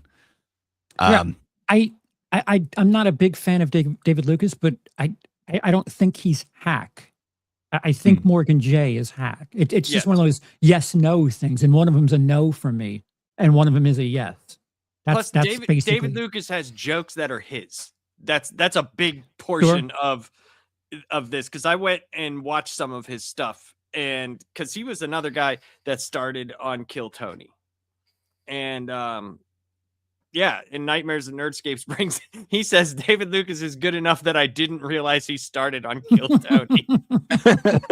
Well, he has progressed beyond it. He is like the Kim Congdons and the Sarah Wineshanks. He has moved on to greener pastures. Tristan Bowling as well. Oh, them. Yeah, the great comedians that you guys should familiarize yourself with. Who knows? Tristan Bolin might be the newest third skank. We'll see. They're much better a little live. bit of a You should see mix-up them over live. there. He's great live. You should see Tristan Bolin. You should know Tristan Bolin. Is But Tristan a he or a her? Or they? he is a he. Okay. He is a powerful young little man, but he's great. Okay. So then we're really going Morgan J emphatically on this one. Yes. Mhm. Okay. For sure. I think maybe we go the middle one. That seems like okay. I should probably on full screen and see what the comment was. Nightmares and Nerdscape says their interviews are amazing. You should see Yeah, it, man. see? They're amazing. See? No, Tristan was great in the interview part. Fucking phenomenal. But where he really excelled was that 1 minute. I'm giving you a pink comic book. He deserves it. So I'm thinking we go to the middle of this. What do you think? The aforementioned Jeff Dunham? Jeff Dunham versus Larry the Cable Guy. So to me, this is a Would very you play Russian roulette matchup. instead? I mean, I for might me, prefer that. Yeah, okay, yes, Labs. Why don't you start it off? I can't do puppets. I can't. I don't do 'em. trust him. Mhm. But can you trust a mater? I would say the thing The health with- inspector? the thing with Jeff Dunham, at least he gives personality to the puppets, I guess. But Larry the Cable Guy, though, before he was Larry the Cable Guy, had actual like jokes that were his that he developed into that character. Yeah. So it's hard. This one I think is the hardest one for me personally. Okay, but does Jeff Dunham have any missiles or jets with his puppets on the side of it? No, but there were bombs with Get Her Done on them. I'm just saying, what makes that more hack? No, I didn't say it does. This is very hard for me because I Indeed. I don't know many people who are doing puppets still. Like I was kind of hoping we would get like a Larry the Cable Guy versus like a Pauly Shore or something like that, where it's kind of Shore. I'm just thinking like catchphrase guy versus catchphrase guy, where these are two gimmicks, but it's completely different thing. Foxworthy versus Larry the Yeah, it's something like that. But There's yeah, your this is sign. interesting. Charles, you got any thoughts on Dunham versus Larry the Cable Guy? I think ventriloquist acts are like really big in casinos. It feels like if you're going to Vegas or some shit, they have like a residency and we're getting comped a room. Why don't we just go watch fucking Puppet Comedian? Jeff Dunham, yeah, he has a his own little Sesame Street of people, but is any of that unique? What's unique about him? Okay. The question may be this: what is more unique, the guy who does puppets or the redneck humor? We understand they're racist puppets, though. So, I mean, But that's fine and dandy. But Yeah. I don't know. Like I'm trying to take it as a whole. Like, what do I'm we just saying, see? like- what is more hacky that you would see? Would you think Jeff Dunham with a bunch of puppets? Not who's better, but what's more Yeah. hacky? Or Larry the Cable Guy? I think they're like hack comedians, though. Like each one of his puppets, the characters, like so. Right. Nightmares what and I'm saying, which Nerdscapes is is more pointing hack. out like ventriloquism is so niche now that it's hard to even consider him hack, even though he hates the material. I get it. And then Justin Gray is pointing out like Otto and George Yeah, but were an that- amazing duo, and I don't feel like he was hack. He was just, you had kind of the straight man and you had the over the top guy. right. This is something different. So the puppets are playing the role of hack comedians because he's using hack material through the puppets. Mhm. So I it's hear coming ya. from his voice ultimately. Like the thing about especially like Otto and George, like the audience kind of gets this I don't know, is this cloud where they think, oh, the human being isn't saying that. The little puppet is actually saying something really racist. And it's like a trick that you can do that people won't call you racist if you have a little puppet that says the thing, even though you're the one fucking speaking. It's like a backdoor trick to saying really crude shit. So yeah, you definitely have to buy in more. You have to buy in more if you want to laugh and have fun with the puppets.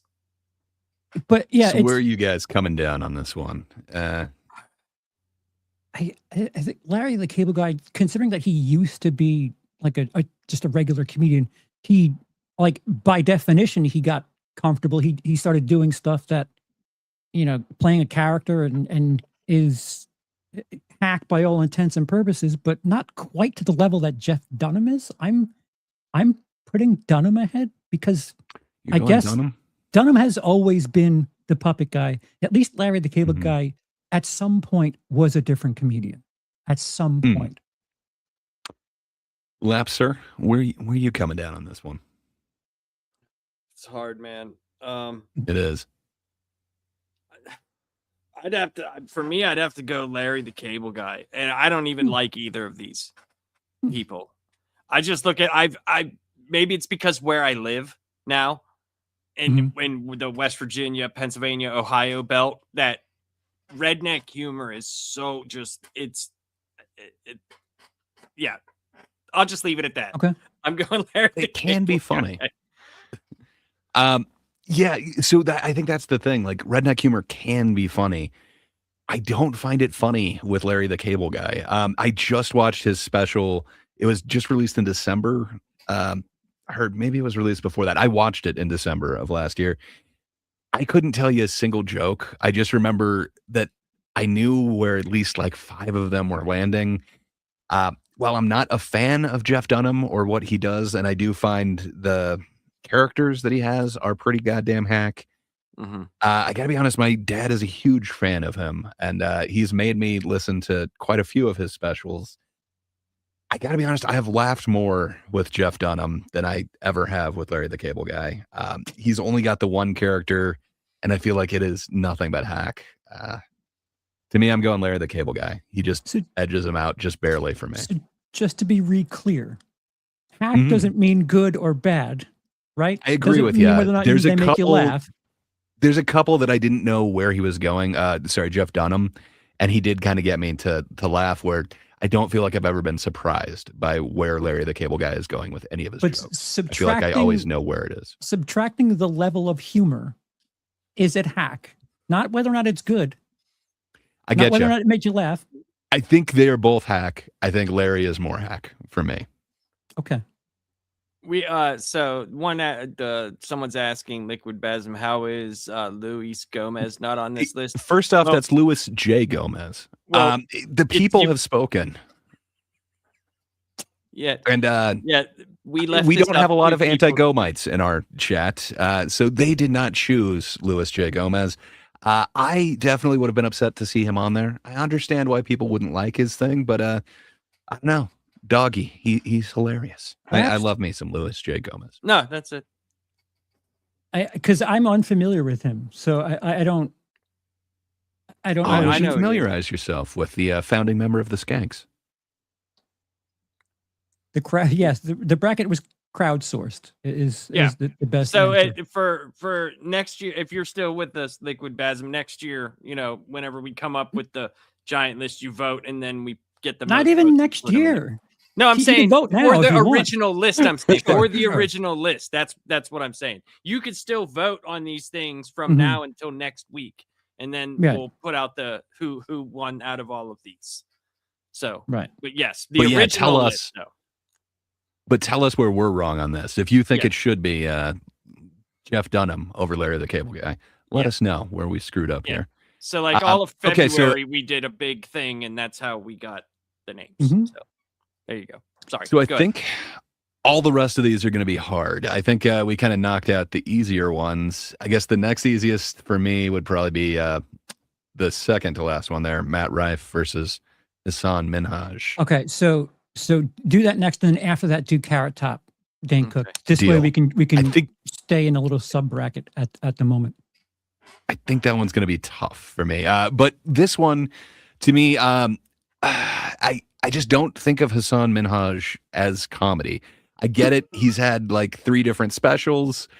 I just view him as, he's the friend's husband or boyfriend, the friend's love interest in any of those like romance movies or whatever.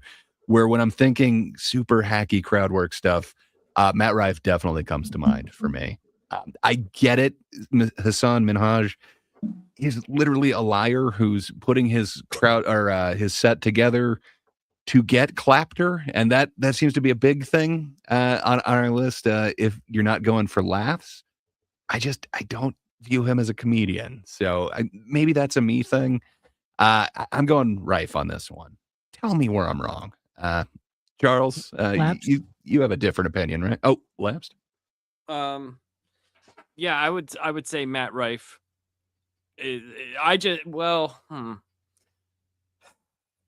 Yeah, it's kind of hard to call Hassan comedian, but everything he does is hack. Every single thing he does, period. So this is hard. You know what? I'm gonna go Hassan Minaj. Yeah, words, pronunciations, and stuff. You're changing it. You don't find the whole like crowd work. What's your name? What do you do? Yes, you think I do. I find that, hack? but he also does other things. Where Hassan, the only stuff he does is like hacky shit, because all he does is talk about his life experience and equate it to all Indians know this. Or all, You're right. Everybody knows this.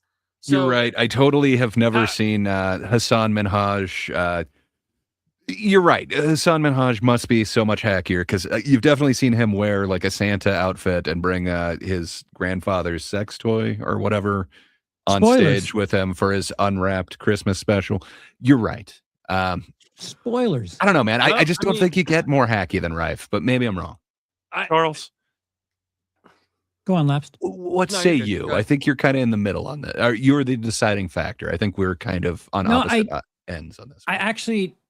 I'm going Matt Rife for the exact opposite reason. Like I agree with everything that Lapsed is saying, but because of that, I think he's not hack. He's doing something distinctly him. Like he's telling a story. He's doing this 20-minute bit where there's no fucking punchline. The punchline is my wife's pregnant. She's pregnant.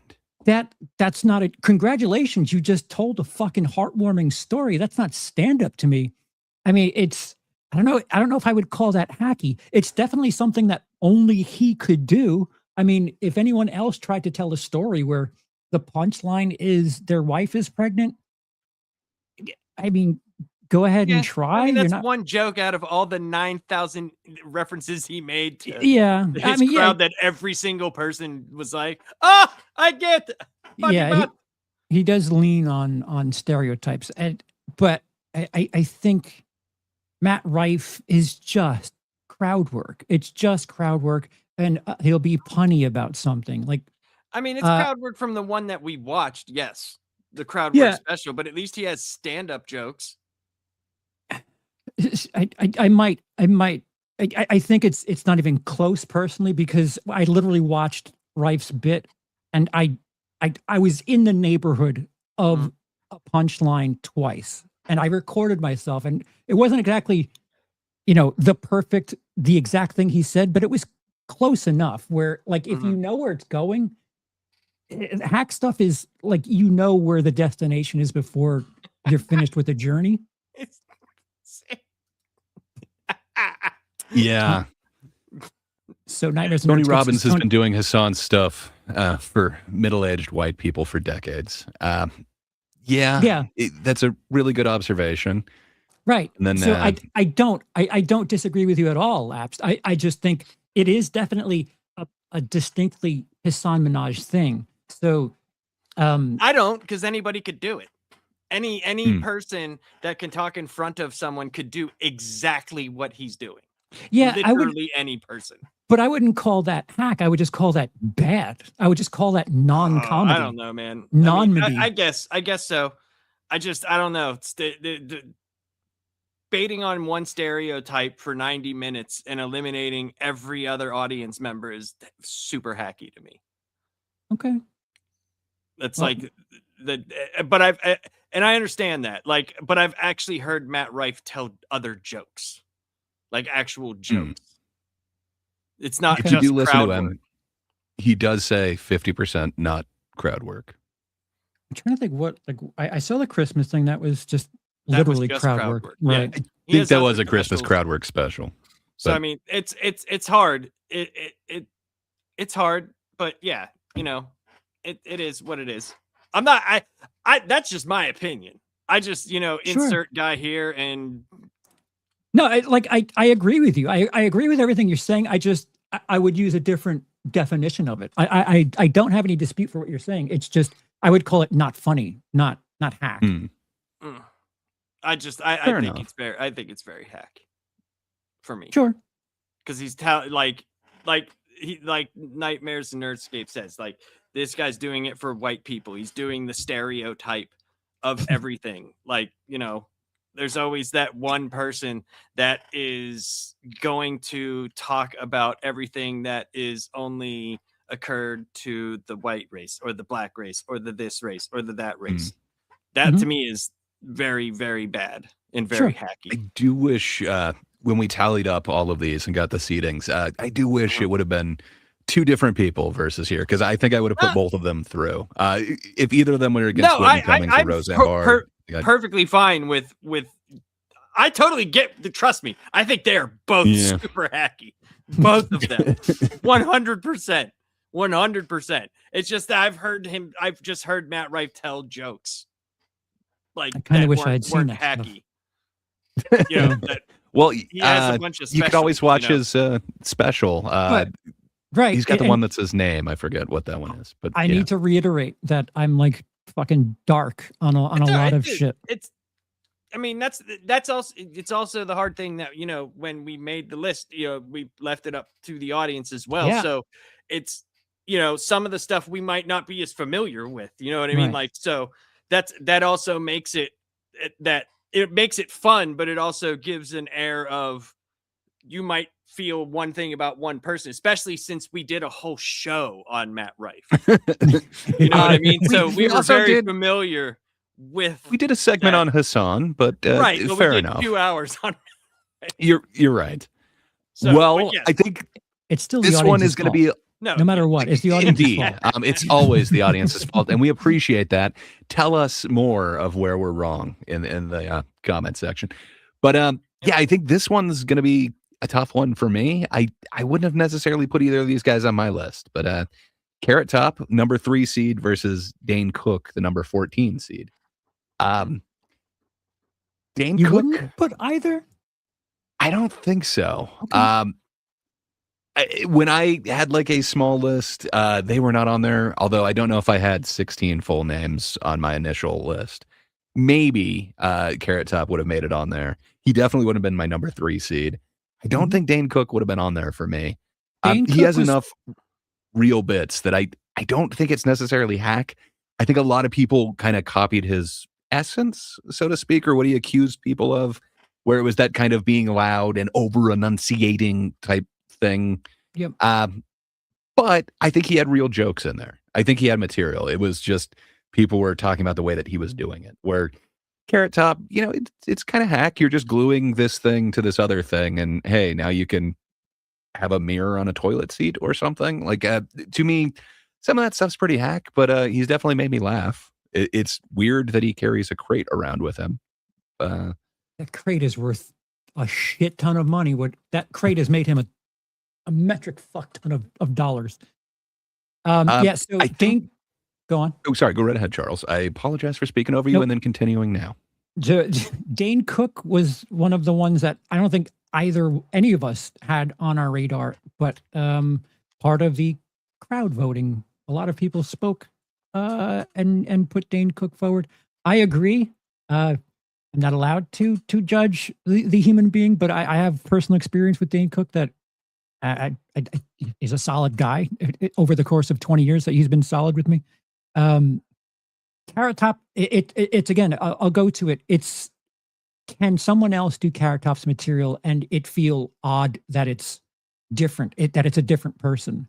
I think you can't say that with Dane Cook. Dane Cook had material there. He had some things that, sure, he had some elements of stereotypes and such, but there's material that is distinctly him. He did create something, even if it was a cadence. You have these people that get compared to him moving forward, that they do it differently, but it's not the same. Like I remember people comparing Chris D'Elia to him for a little bit, and it was just, he does move around the stage in a similar fashion, but I would not call them the same at all. Is that hacky? Like he I don't know, revolutionized a way to tell stories, but Carrot Top is, it's just prop stuff. I think if any one of us had his crate, the same material goes over the same way. I mean, probably take a little bit more time learning what's in the box, but I don't think, I just think the fact that he looks like the Wendy's girl is the one thing that it's like, oh, that's distinctly him. Other than that, it's just prop comedy, and prop comedy, in my opinion, is very hack. Like this one's kind of a slam dunk to me. He doesn't look like the Wendy's girl. How dare you besmirch Wendy's poor name? It would have to be a really, really rough week for the Wendy's girl to even be compared to Carrot Top. He has paper clips, and he puts, or hair clips, and he puts them in his hair, and then he likes to go to the Wendy's drive-through and look into the window. He has I've seen the joke 1,000 times where he has like a little hand on a stick and he goes to the drive-through. Somebody else who likes to go to drive-thrus and yell at people. Lapsed, what is your opinion on not just Wendy's, but Carrot Top versus I forgot Dane Cook, of course. Sorry, he's just so not on my radar. I forgot Dane Cook. Lapsed, your thoughts, sir? I don't know. Dane Cook Dane Cook to me, like, it seemed to me that he was like this new age, I'm going to yell kind of person and say like things like, you ever go into the men's bathroom and everything is wet? It is, though. Like everything. It's but like he's like, I don't know, man. Like, I don't know. It's hard because I mean, Carrot Top's a prop comic. I don't know if I could go up there and do his prop comedy. Like, I don't know if I would be as into it as he is, or maybe the jokes are the props that he himself makes. Maybe, I don't know. Like, I don't know. This is another very hard one in my opinion. Because I mean, the humor is not just, oh, here's, a road sign with whatever. It's what he made of it. Like, how did he incorporate his humor into what he has? I don't know. Like, I'm just trying to be fair. I'm trying to be fair with it. Sure. Where, Dane Cook, I think there's oh, sorry, please go right ahead. I apologize for speaking over you. Dane Cook to me just, I don't know, comes across like, I don't know.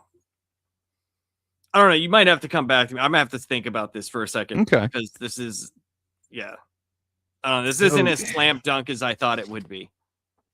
It's not for me either. I'm trying to think the last few times that I saw each of them. I know Carrot Top has been on Kill Tony a couple times in the last year. That's probably the last time I saw Carrot Top. And each time he comes with his chest, and it's the same type of deal. And then it's, okay, I'll give you 2 minutes, pull out your next joke. And it always seems hack to me, where the last time I saw Dane Cook, I think it was post-pandemic, he did a special, and I think he shot it in his house, where he had a whole bunch of people over in this like Hollywood Hills house. You're thinking of Bo Burnham. No, I think they all kind of did that, but I didn't hate that one. It wasn't my favorite of his specials. It's no harmful if swallowed, but to me, I didn't find anything super hack in that, and it didn't seem like he was doing that super energy, like running all over the stage thing. Sufi, I think, was his super finger thing. to me, it seems like he's kind of calmed it down. Like whatever hackness was there, I feel like I didn't get that in the last special, where that's all I'm getting from the top. So for me, I'm putting the top forward. Yeah. Yeah. I mean, I guess I would have to put Carrot top. Woo.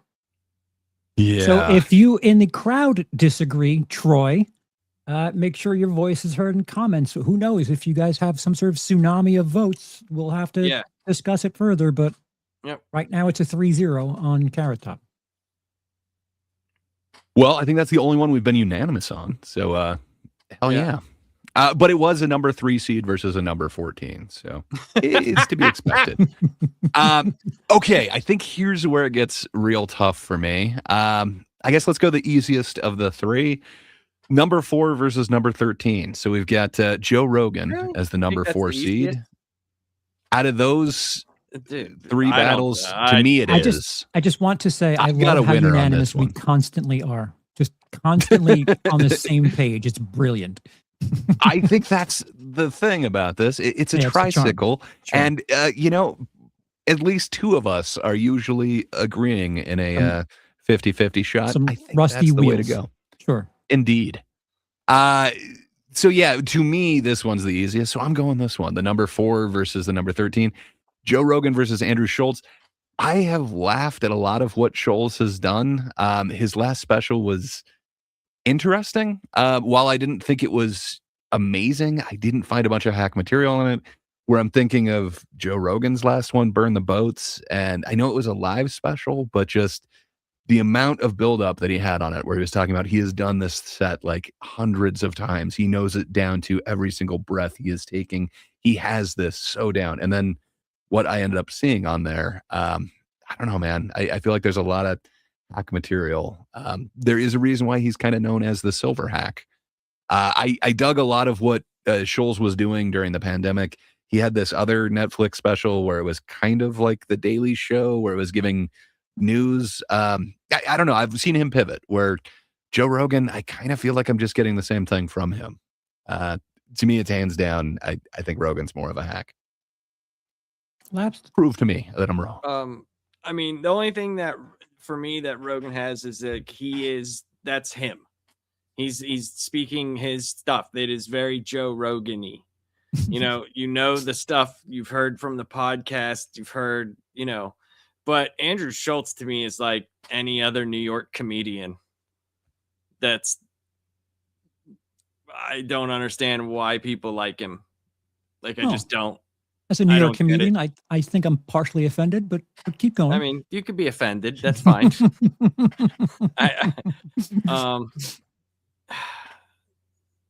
Damn.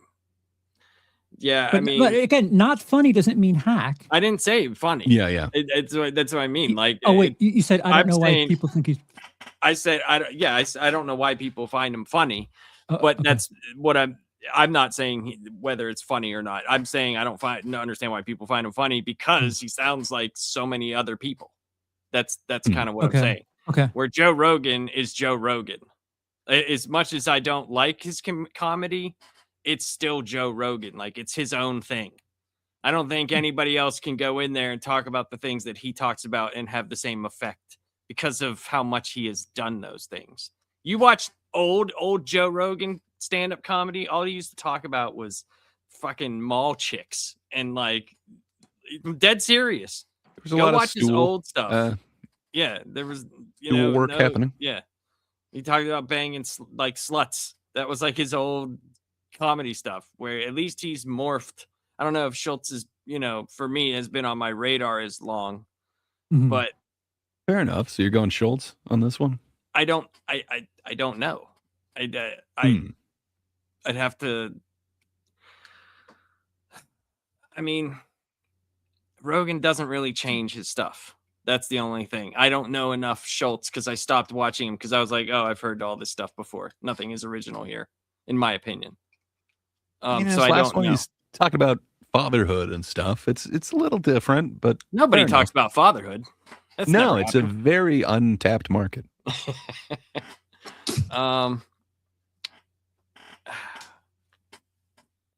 Yeah, I don't know. just for the sake of contrarianism, I'm going to go Andrew Schultz. Okay. Charles, it comes down to you again, sir. That's a good call because Andrew Schultz, I kind of wish Cody was here, either in chat or here with us. When I was with Cody down in Georgia, he played me a clip of a comedian, and it was weird. It was not like I said, "Hey, play me someone that's good to you." It was just this weird thing that we were driving somewhere, and he put this on. And you guys have seen me with new comedians where I just am stone faced, but if there's this comedian, I'm like, oh, that was actually, I might have even laughed a couple of times. I'm like, oh, that's actually quite good. Who is this? And he told me it's Andrew Schultz. And I don't think of that as hack. I like the fact that it caught me by surprise is saying something, because normally if I consider something hack, I could see it from, down the road. Joe Rogan, on the other hand, if there's no stool on the set, I don't know if he's doing material. The problem with doing like stereotypes and things like that is it new at all now? Like his doing an Asian voice is the same like stereotypical Asian voice as you would have heard in the 60s, in the 70s. Like it's just, he's doing the same like like I need to speak about Asian people. Here's the voice I'm going to use. That burn the boats thing was a chore to get through. And none of it felt like special. None of it definitely didn't feel funny, but it felt indistinct. Like anyone could have done that. And it's I'm not judging Joe Rogan, the podcast or everything else that he does, just as far as stage presence and stand-up is concerned. He's pretty hacky. And this one isn't that hard for me. I'm going Rogan. So the audience disagrees with you and me, Charles. They're in Lap's camp. Rogan's made me laugh countless times. Andrew Schultz is overhyped, says Justin Gray. All right, we'll get your comments in. Nightmares and Nerdscape says his comedy really did improve after the DMT. What's that? Joe Rogan, DMT, it's the God molecule. It's a way to reach enlightenment chemically. But drugs? Or yeah. So Justin points out that plenty of people hump a stool. They're just copying Joe. Fair enough. Good point. And then Nightmares and Nerdscapes points out the man talks to dolphins on ayahuasca. That's not hack. You got me. You got a point. I mean, maybe I should reconsider. We got one. We got this. So seeing Lap struggle over Schultz and Rogan is honestly the funniest thing on this bracket. I'm just trying to go off of the material. I'm just trying my hardest. Good job. Good. Trying. And I think the verdict has. Oh, sorry. Go right ahead, Charles. Adam's bringing a reference to my hackiness and asked me if I've seen any hiding 18-wheelers today. And no, I haven't. Not yet. But I appreciate you remembering my material. That is a really hacky bit. But no, I have not. Thank you. And Justin is voting hard already. I think for me, I think this next one is the hardest one for me. What do you say? Do we do number 1 and number 16 or number 5 and number 12? 5 and 12 is easy for me. So. Oh, that's the hardest one for me. Okay. Well, if it's easiest for you. Go. No, why don't you go ahead and lead it? Bert Kreischer. that dude, literally every single thing he does is the same shit. Every time he talks about his family, it's like it's the same fucking garbage. It's been the same hacky material. Like everybody always, like, when you have more than one child, there's always that kid that's like the badass kid who like, just like what's his name, Tom Segura with his little son. That's literally fucking Bert Kreischer's one daughter. Like, it's the same shit. It is the same crap. And it's all that same fulfilled, like, we're gonna talk about trans people too. And but Bert's a little bit different. He has different interactions with them, as he will say. So, yeah, not even close for me. And Brian Callen is a hack too. He's a fucking hack too. Yeah, I agree. We're doing Bert Kreischer versus Brian Callen. For those of you who are a little lost right now, 5 versus 12. Yeah, I agree. Watching Brian Callen, that's something I'd like to talk about. Brian Callen's special that he released last year, 2 years ago. The one where he closed with Apple. Sorry, spoilers. Spoilers. He closes with Apple, and guy thought he was giving some supreme George Carlin energy. I don't know if I would call that hack so much as ambitious, but yes, ambitious but not great. But Bert Kreischer, I literally know nothing other than the dude takes his shirt off and tells a story about going to Russia. Sure, it's distinctly him, but it's been him for fucking 30 years, man. If the first thing you need to do when you go on stage is take your shirt off, congratulations, you're an OnlyFans model. You're pretty fucking hack. I think that's Lonely Fans. I believe. I'm sorry. Gray? I hear what you guys are saying. I want to agree, and to a certain extent, I do. You don't have to. I don't know, man. Brian Callen, though, everything in his set just builds up to this. I apologize. My dog is barking. Everything in False Gods. It is. He barely gets registered on this thing, but somehow, good times. Sorry. Again, he's barking. I'm gonna mute for just a sec. So I think the Justin says something that's fantastic. He says, Justin says, can we just call it a no contest and send them both the next round? Yes, we are doing Bert Callen. Bert Callen and Brian Kreischer have made it through. We megalomorphed them, and they are up there both through. So these would have been two real front runners for me. I would have thought both of these guys would be going the distance. The way that the seeding kind of put these guys against each other, I think it's a shame. I think both of them are bigger hacks than a lot of other people on here. For me, False Gods, the way that it builds all up to this thing where you can just tell he's expecting this kind of clapter moment, and you can see it coming from a mile away. And then the way that he theatrically does it, it is so hacky. It deserves to be up there, but I can't disagree with what you guys are saying about Bert. He essentially has one fake story, and he takes his top off. Before that, he was known as the Van Wilder guy. Yes. He went to college longer than anybody else. So I don't know. He's kind of gone through these very hacky personas, and then, man, to have it culminate in Free Bert, this Netflix, I don't know what you'd call it. It's not exactly a sitcom, but No. he wanted it to be like a waste Slow of Horses.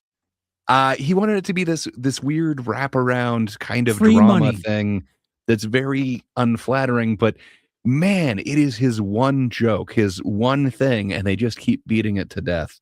It's a collection of scenes. That's Yes. what it is. 24 frames per second to sound.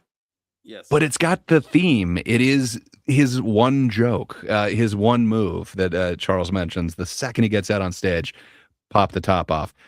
It sucks because, they had Dennis on It's Always Sunny doing this about the same time as Bert, but he moved on. Now it's not all about popping the top off. He's gone on to make that character fully fleshed out. I don't feel like Bert is. Bert is quite fleshy, but I don't know, man. To me, I think Bert is hack by far. He definitely wins for me. Any other bracket, I think Callen wins. I think this one, we got robbed because they were put together. It's weird. It's weird because if you something that I think a lot of these Rogan guys have and the Austin guys have is this like illusion of safety, this illusion of comfort down there where they know their crowd. If Brian Callen killed in San Francisco at that set, it'd be one thing. But to do your special at the mothership, to do all of this stuff at like home base, You're not You don't understand really, who was in the audience. Lex Friedman was in the audience. I Ooh. think Elon might have been in the audience. There was a bunch of people But that- there, Charles. but It that's was like the who's who. that is a warm of Austin. blanket. To be good, you need to challenge. You need to you need to make people laugh that aren't going to be there for everything. Yeah. And Yeah. go on. No, and I'll just be honest. Like, I don't even want to talk about Brian Callen. Period. Like, just the person. I know that's about being hack and everything. Yeah. I just don't want him on this show going forward. Period. Fair enough. I just think in any other bracket, Horrible human being. man, Callen Horrible human being. Callen is very much so. Very strong accusations against him. Yet he seems to be less. Well, I don't know. we had another one that didn't make the cut. So there's that. You viewers, man. True. But yeah, Justin is saying, sorry, let me bring it up. Y'all giving Callen and Dane Cook a pass? Wait, it's Yeah. Sophie's choice 8 times. What do you want us to do here? Not all of them were Sophie's choice for me. Some Hey, of them just made think. sense. This Just one was vote. for me. Vote from now until Yeah. next week. And if it goes against the 3 here, you could get it swayed and your picks could get through. Yeah, there's still time. So after this To me, video, it makes post, sense just that- put it in the comments on the video. It makes sense that Bert's going through. But yeah, I really think Callen should be up there versus some of them. But Yeah. Maybe if all we right, took, the final one. Roseanne off of there and had, someone else. I would have But agreed yeah, with that. but I definitely get it. There's a couple other females I would have liked to see on this list. It does seem See, like this was I- a little male heavy list. I want to be fair to the process. There were 32 names, so it's not like True. these are the only names. There were more names recently, at the end of February. So it's not like these are the only things. These people moved on from other names. So True. it's not. True. I think this is. I think we closed with the least shocking one. Yeah, here, but- we probably should have gone the other route. Laps was saying it made sense to him. But this one, have you? Oh, so What we've did I got the say number made one sense seed. to me here? What did I do? What are you blaming me for? You said that Bert Kreischer versus Brian Callen was an easy one for you. Well, they're both. to They me- both are. They It both was are. very easy for me. It was a struggle for me. What can I say? Huh. Where this one is not nearly as much of a struggle. So we have the number one seed, the number one name that we got, which is Amy Schumer. A lot of people aren't talking about her in comedy anymore, but our fans know really? that there's a certain name that comes to mind when you say hack. And then the number 16 seed, I believe it's the Gringo Mommy, from what we saw, the Look at Me, Natalie Cuomo. Yeah. She's internet famous. She She's got released a cool clip balls. where, she used some pretty hacky stuff in that clip, that crowd work kind of roasting. There were 2 guys sitting there. So she was implying that they were together on a date. That's pretty hacky. She seems like she's a starting comedian to me, where Amy Schumer, she's pretty established, and I don't necessarily like what she's established. No. I don't know. Laps, do you got any thoughts on the Natalie Cuomo versus Amy Schumer? Amy Schumer for sure. Amy Schumer. You mean no Cinderella story from Natalie Cuomo running the table? No, because I actually agree with what Justin says here. It makes sense. It's like I think Natalie has potential to get better. She's starting out. Amy has always sucked. So she's also been in there for a long time, and she's not only stealing material but also doing very hacky material as well. So at least if there is one thing with Natalie, it's like she's going to probably grow out of that being on the road. She's not going to, not saying it won't happen, but I don't see her blowing up like Amy Schumer did to where they're getting movies, getting all this, you know what I'm saying? Like that. So she's probably going to get more polished on the road and be able to find her voice. Right. Where Amy Schumer had a voice, it just sucked and it was very hacky. So I would vote Amy Schumer for this one. Me personally. I liked her roast material, which is not, what a comedian generally does. It's not like she has a license plate of. Probably not. She was going out with Jeselnik at the time, and rumor has it that he helped her with a lot of her roast material. Who are we talking about? Amy Schumer. Okay. I have enjoyed her on the roasts, but when it comes to like her own material, I believe it was just called the Amy Schumer Show, I liked a lot of the comedians that were on there. Like Kurt Metzger was on there. He was one of the writers, but man, there's so many stolen jokes where you put it side by side with like these internet jokes, these internet skits that were out just before that. And it seems like she's literally lifting them. And then she's got certain bits that are actually lifted from, now I'm blanking on who she took it from. But it just sucks. That's kind of more joke thievery, but what I've heard her do that appears to be her original jokes, they do seem pretty hacky. To me, I think she stole from other female comedians too, and then tried to put her own twist on it. And it not only did it set them back, right? Because some people didn't know that they had done that material. So it set those women back who already have a fucking, like we already talked about, have a hard enough time as it is. And she put her own spin on it that was just bullshit anyway. It was terrible. It was, but yeah, I everything about her is just bad. It's just bad. Yeah. And Justin Gray is pointing out the Urban Dictionary bits, the closer on her HBO special. It's so close to a Patrice bit, which again is kind of like street comedy. Like people had the different names for different, like sexual positions or whatever, different sex acts. But man, just the way she did it, even though it didn't seem original, it seemed even extra hack to me. For me, it's definitely a hard Schumer. Charles, I don't think you've weighed in nearly as much. Yeah. Are you upsetting the votes? Are you going Cuomo on this one? No, I think the voting process, the listing process, is a little unfair to Natalie Cuomo. I think Lap said it. If I had to call her anything, I'd call her green.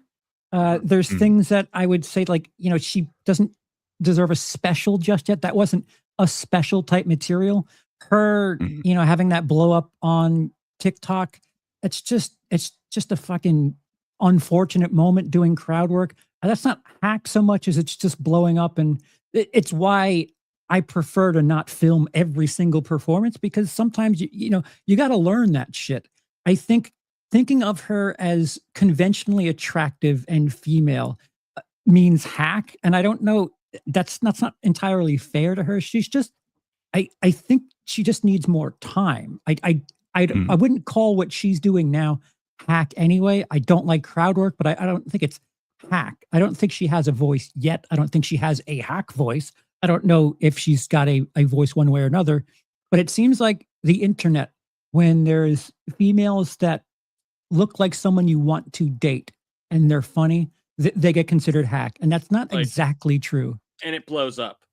Right. And then it's like, oh yeah, these chicks that could be in Hollywood are hacked. That's not entirely accurate. Right. And that's why I kind of said, like, it blew up, but that might not even be her voice. You know what I mean? That might not even 5 years down the line, that might not even be what she would have done anyway. Sure. And so yeah. Normally when you're doing crowd work and stuff like that, you're trying to find something. Like someone who leans on crowd work that much is trying to find, like, all right, I'm going to ask this question to 10 different audiences. Let's see if I get some sort of plurality here. Is there some sort of response that I get more times than the others? And like, then slowly but surely that becomes the material. But again, that's something that, like, in a couple of thousand performances, you get that voice. She blew up at a time where maybe she was still figuring shit out. Is it something you wouldn't want to have all of TikTok watching and grading you on? Yeah, of course not. But I wouldn't call it hack. Amy Schumer, on the other hand, for every reason everyone's listed, I mean, she's the number one seed for a reason. And she's kind of pregnant. Is what we're not. Best Zamboni humor of last year. We are not grading the acting prowess or the film work, but This is probably the least close one. It would have been interesting to have some sort of Cinderella story, have a 16 seed go far, but I don't. It's just no. We're not getting a Patriots Giants situation here. It's Amy Schumer. Agreed. And I don't see anyone in the audience necessarily disagreeing. So it was kind of nice to end on this one because we did all agree. And isn't that what makes I don't know. Good for everybody here. Yeah, we did it. But yeah, so that makes it through the first 8. And I guarantee you, I promise y'all, there will be better visuals for next week when we get the Elite 8 down to the final 4. But yeah, so that there's go right still ahead, there's still some 2-to-1s here that the chat seem to be a little up in arms about. So you can help upset the system. Comment your vote, and if your voice is loud enough, if there's enough of you, maybe it isn't as predictable as what you've just watched. So for sure, things are still in your hands. To kind of recap it, unless we get a onslaught of comments, which it's in your hands now, Chad. But that means we've got Amy Schumer going through, and she's going up against Whitney Cummings. That is going to be an interesting matchup. And then we've got Bert Kreischer versus, we did go through with Joe Rogan. So, that is the ultimate 3 months a year in Austin battle. Okay. And then we have, did we end up with Larry on there? I know I voted Larry, but I forgot which way we ended up on that particular one. I think Larry's the one there. Yeah. So it's going to be Larry the Dumb. Cable Guy versus Carrot Top. Interesting. Larry's going to get a cruise by doing all these prop comics. And then we've got the crowd work battle. We've got Matt Rife versus Morgan J. Interesting. What an Elite 8 we have here. Okay. Well, I'm looking forward to that next week. I think there's even more contention there, but yeah, I'll bring some visual aids for us next time. We'll dig a little bit deeper. Over on the last panel YouTube, I put out a post with the bracket on there. You have to click on the picture to see the full thing because the way that the images show up. Yeah, I did put on there, click on the image to see it, but so you guys can see it up close and do your votes. And I put it out there. Get your votes in before 3/17/2026. So that'll be next week. And isn't that a very special day as well? Isn't that anyway? 3/17 is great. But yeah, the day before is Steve Austin Day. 3/16. That's what I'm talking about. 3/16. Yeah. It's post Austin Day, which is great, and we're gonna have the Austin 3 months a year battle. So yeah, it's gonna be great. Well, so hell wait, yeah. Hold on. Yes, sir. Highlight Justin, who says Eliza needs to be an alternate. I want to reiterate this. There were 32 names. Eliza was one of those 32. She was. He did vote. He voted. February. Okay. Justin voted, so I tallied his votes because he voted on mine too. This is the 58th time telling you to comment and vote and make changes there. But there was 32 names. They're down to 16. We'll be down to 8 next week. Kindly wait. I have a poll on the Willis Stridia page. And it's 4 names. I think you mean Chuckopedia.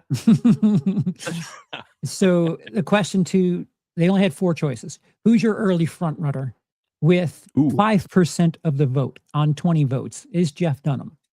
With 25% of the vote, Joe Rogan. With 30% of the vote, Amy Schumer.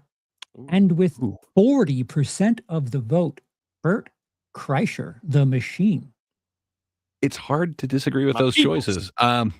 Fair enough. I was a little bit surprised with Jeff Dunham only getting, was it 4 or 5%, but single digits. So wait a minute.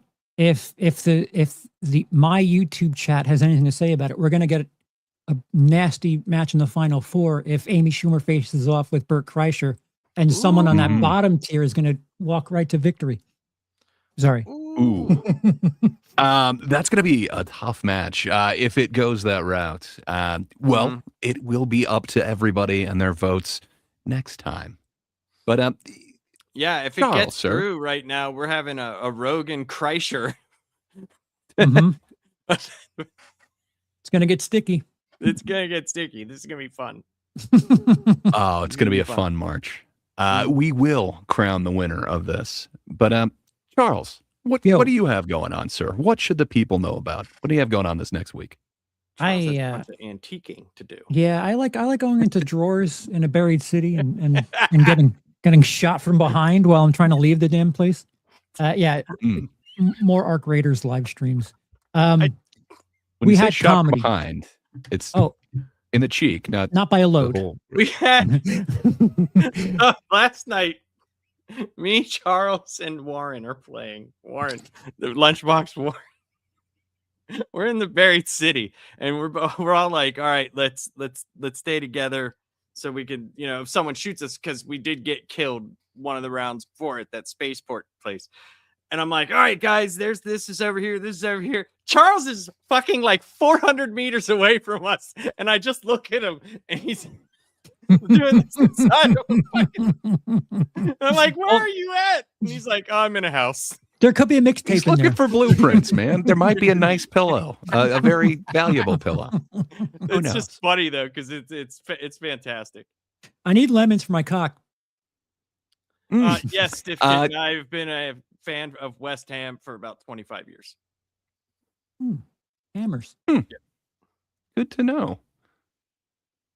Laps, sir. What do you have going Charles, on? What should the people be? I interrupted him with that story. So. No. It makes sense because if I do a live stream soon, it'll be that. And if you want to see this band perform as a band, we did get together by a piano and we played a great song. I bought a guitar. Laps was tickling the keys. I bought a guitar and I'm saving some of the creds for some other things. So we got to get a bigger band. We got to get a bigger band. You got to see the video. There's a video of all 4 people playing, and there's like 11 Raiders doing their dance, and it's all synchronized. It's fucking hilarious. Awesome. It's like in the basement of some place somewhere. It's really funny. I'll send it to you. We need to recruit some more dancers. It's worth for content's sake, even if we get sniped right after it, just for the spectacle. They might just wonder what the hell's going on. Yeah. So. It's easy pickings if you're like a rat. It's just if you have the right weapon, just throwing a grenade right into that. That's when we don't bring weapons with us. Yeah. We only bring the weapons of music. Yes. In your prison wallet. Next week on Tiny Desk Concerts. Yep. You got a few things, a few irons in the fire, so to speak, right, Laps? What you got going on next? Tomorrow we got I think you'll be there, I believe. We got Spider-Man and Wolverine #2 with Gray Poupée and Lunchbox Warren. That'll be on Off the Shelf Comics. You can see it on Laps Comic Fan if you're subscribed. Also, then Friday we got our Jackie Chan movies that we'll be doing over at Last Panel. And then a week from this Friday, we'll be doing Eddie Murphy movies, which I'm very much looking for. The next 2 weeks is going to be a lot of fun on Last Panel, I think. Just because Eddie Murphy's going to be a lot of fun, period, just because there's just so much to talk about, especially with the documentary being out and him being back in the zeitgeist again. And hopefully he does come out and start doing some more things, because that would be great. Norbit too. Well, no, just the way he talked in the documentary, it was like there was some edge to him, like there was some edge to it. And it's like, ooh, if that Eddie Murphy came back, that could revitalize his whole career, because he did the family thing. He did all that stuff. Coming back to what he did before might, Dude, the fact that he's just like an old guy who watches YouTube videos, it was just like, man, he's got a fucking mansion, but he's just a normal dude. Dude. Well, do normal dudes carry around puppets? I'm just saying. Listen, normal dudes don't have Netflix money, but fine. Well, normal dude by the hugeness of the room he was in, but the smallness of the couch to coffee table ratio with that little ass laptop. Just like, there was so much space everywhere else. But we'll do that, and then Eddie Murphy will be a week after. And I got a couple other things that I can't remember. Oh, I have a channel that I do every blue moon. I have to find something that really irks me because I don't really like making this type of content where it's just me shredding something, because it's like, if I do, like, why am I doing that? Why am I watching this? Rage bait. Like, It works. I'm not. Yeah, I'm just not a fan. I'm not a fan of doing it. I agree with you. But I do have a channel where I do that, and I've only made 2 videos so far, and you could tell because one of them, the last one was like a year ago, so you could tell I don't like doing it that much. But I am going to do one for the Iron Heart show, because I did finally watch it. Because I wanted to see what they were going to do with Mephisto, right? Because Mephisto is one of those characters in comics where it's like he's not used all the time, but when he is, significant change comes, usually to a singular character. So I wanted to see what they would do with him, and then it was Sacha Baron Cohen, and you're just like, okay, all right, so okay, cool. But that show, man, wow, was that show really bad? That show was so bad. It was shelved, hoping that it would ripen eventually. But you're saying no, it didn't get ripe? It was very, very bad. It was very, very bad. And I'm one of those people. It's like, for movies, I don't care. Like, do what works. You know what I mean? As long as it's decent and good, I don't give a shit who's playing who. Like, it's a fucking movie. It's like, you know what I mean? Like, if you get mad about that stuff, then it's like, dude, wouldn't you just want it to be good? That's what I get mad at, is when it's not good. Like, I just wasted money to go see this. So, yeah. Troy. No, man, it's just, he says, Ironheart trying to get ahead of the algorithm, are we? No. Yes, the joke is good. I like your joke, but I just don't like doing that. I was going to do it when it happened, because I did Rings of Power season 2, like, while it was going on. And it was like, I just didn't want to, I was like, I don't like this show, so why am I doing this? I'm one of those people. Like, I don't need to but people kept saying, like, dude, you should make this. You say funny stuff. And I'm like, not really. I really don't. Like, just say things that come naturally. I don't like the shows, so fuck it. Like, but I am making one for Ironheart. And when it's done, I will let you know. If you want to, it's called Fighting Fandom. And you can go there and watch a couple videos. That's what I got going on. Well, as for me, I will be watching those Fighting Fandom videos. It's always fun to check back in with those, and I will be eagerly awaiting the Ironheart one. Other than that, Friday. Looking forward to the Jackie Chan conversation. Indeed. It'll be fun. I think that's going to be a great one, but really looking forward to that Eddie Murphy one. I think I'm already starting to watch some Eddie Murphy ones in preparation for that. But Lapser. Yes, sir. I think it's time to hit that button. Alrighty. He used to love comics, now he just complains. Gray poop haze in the corner.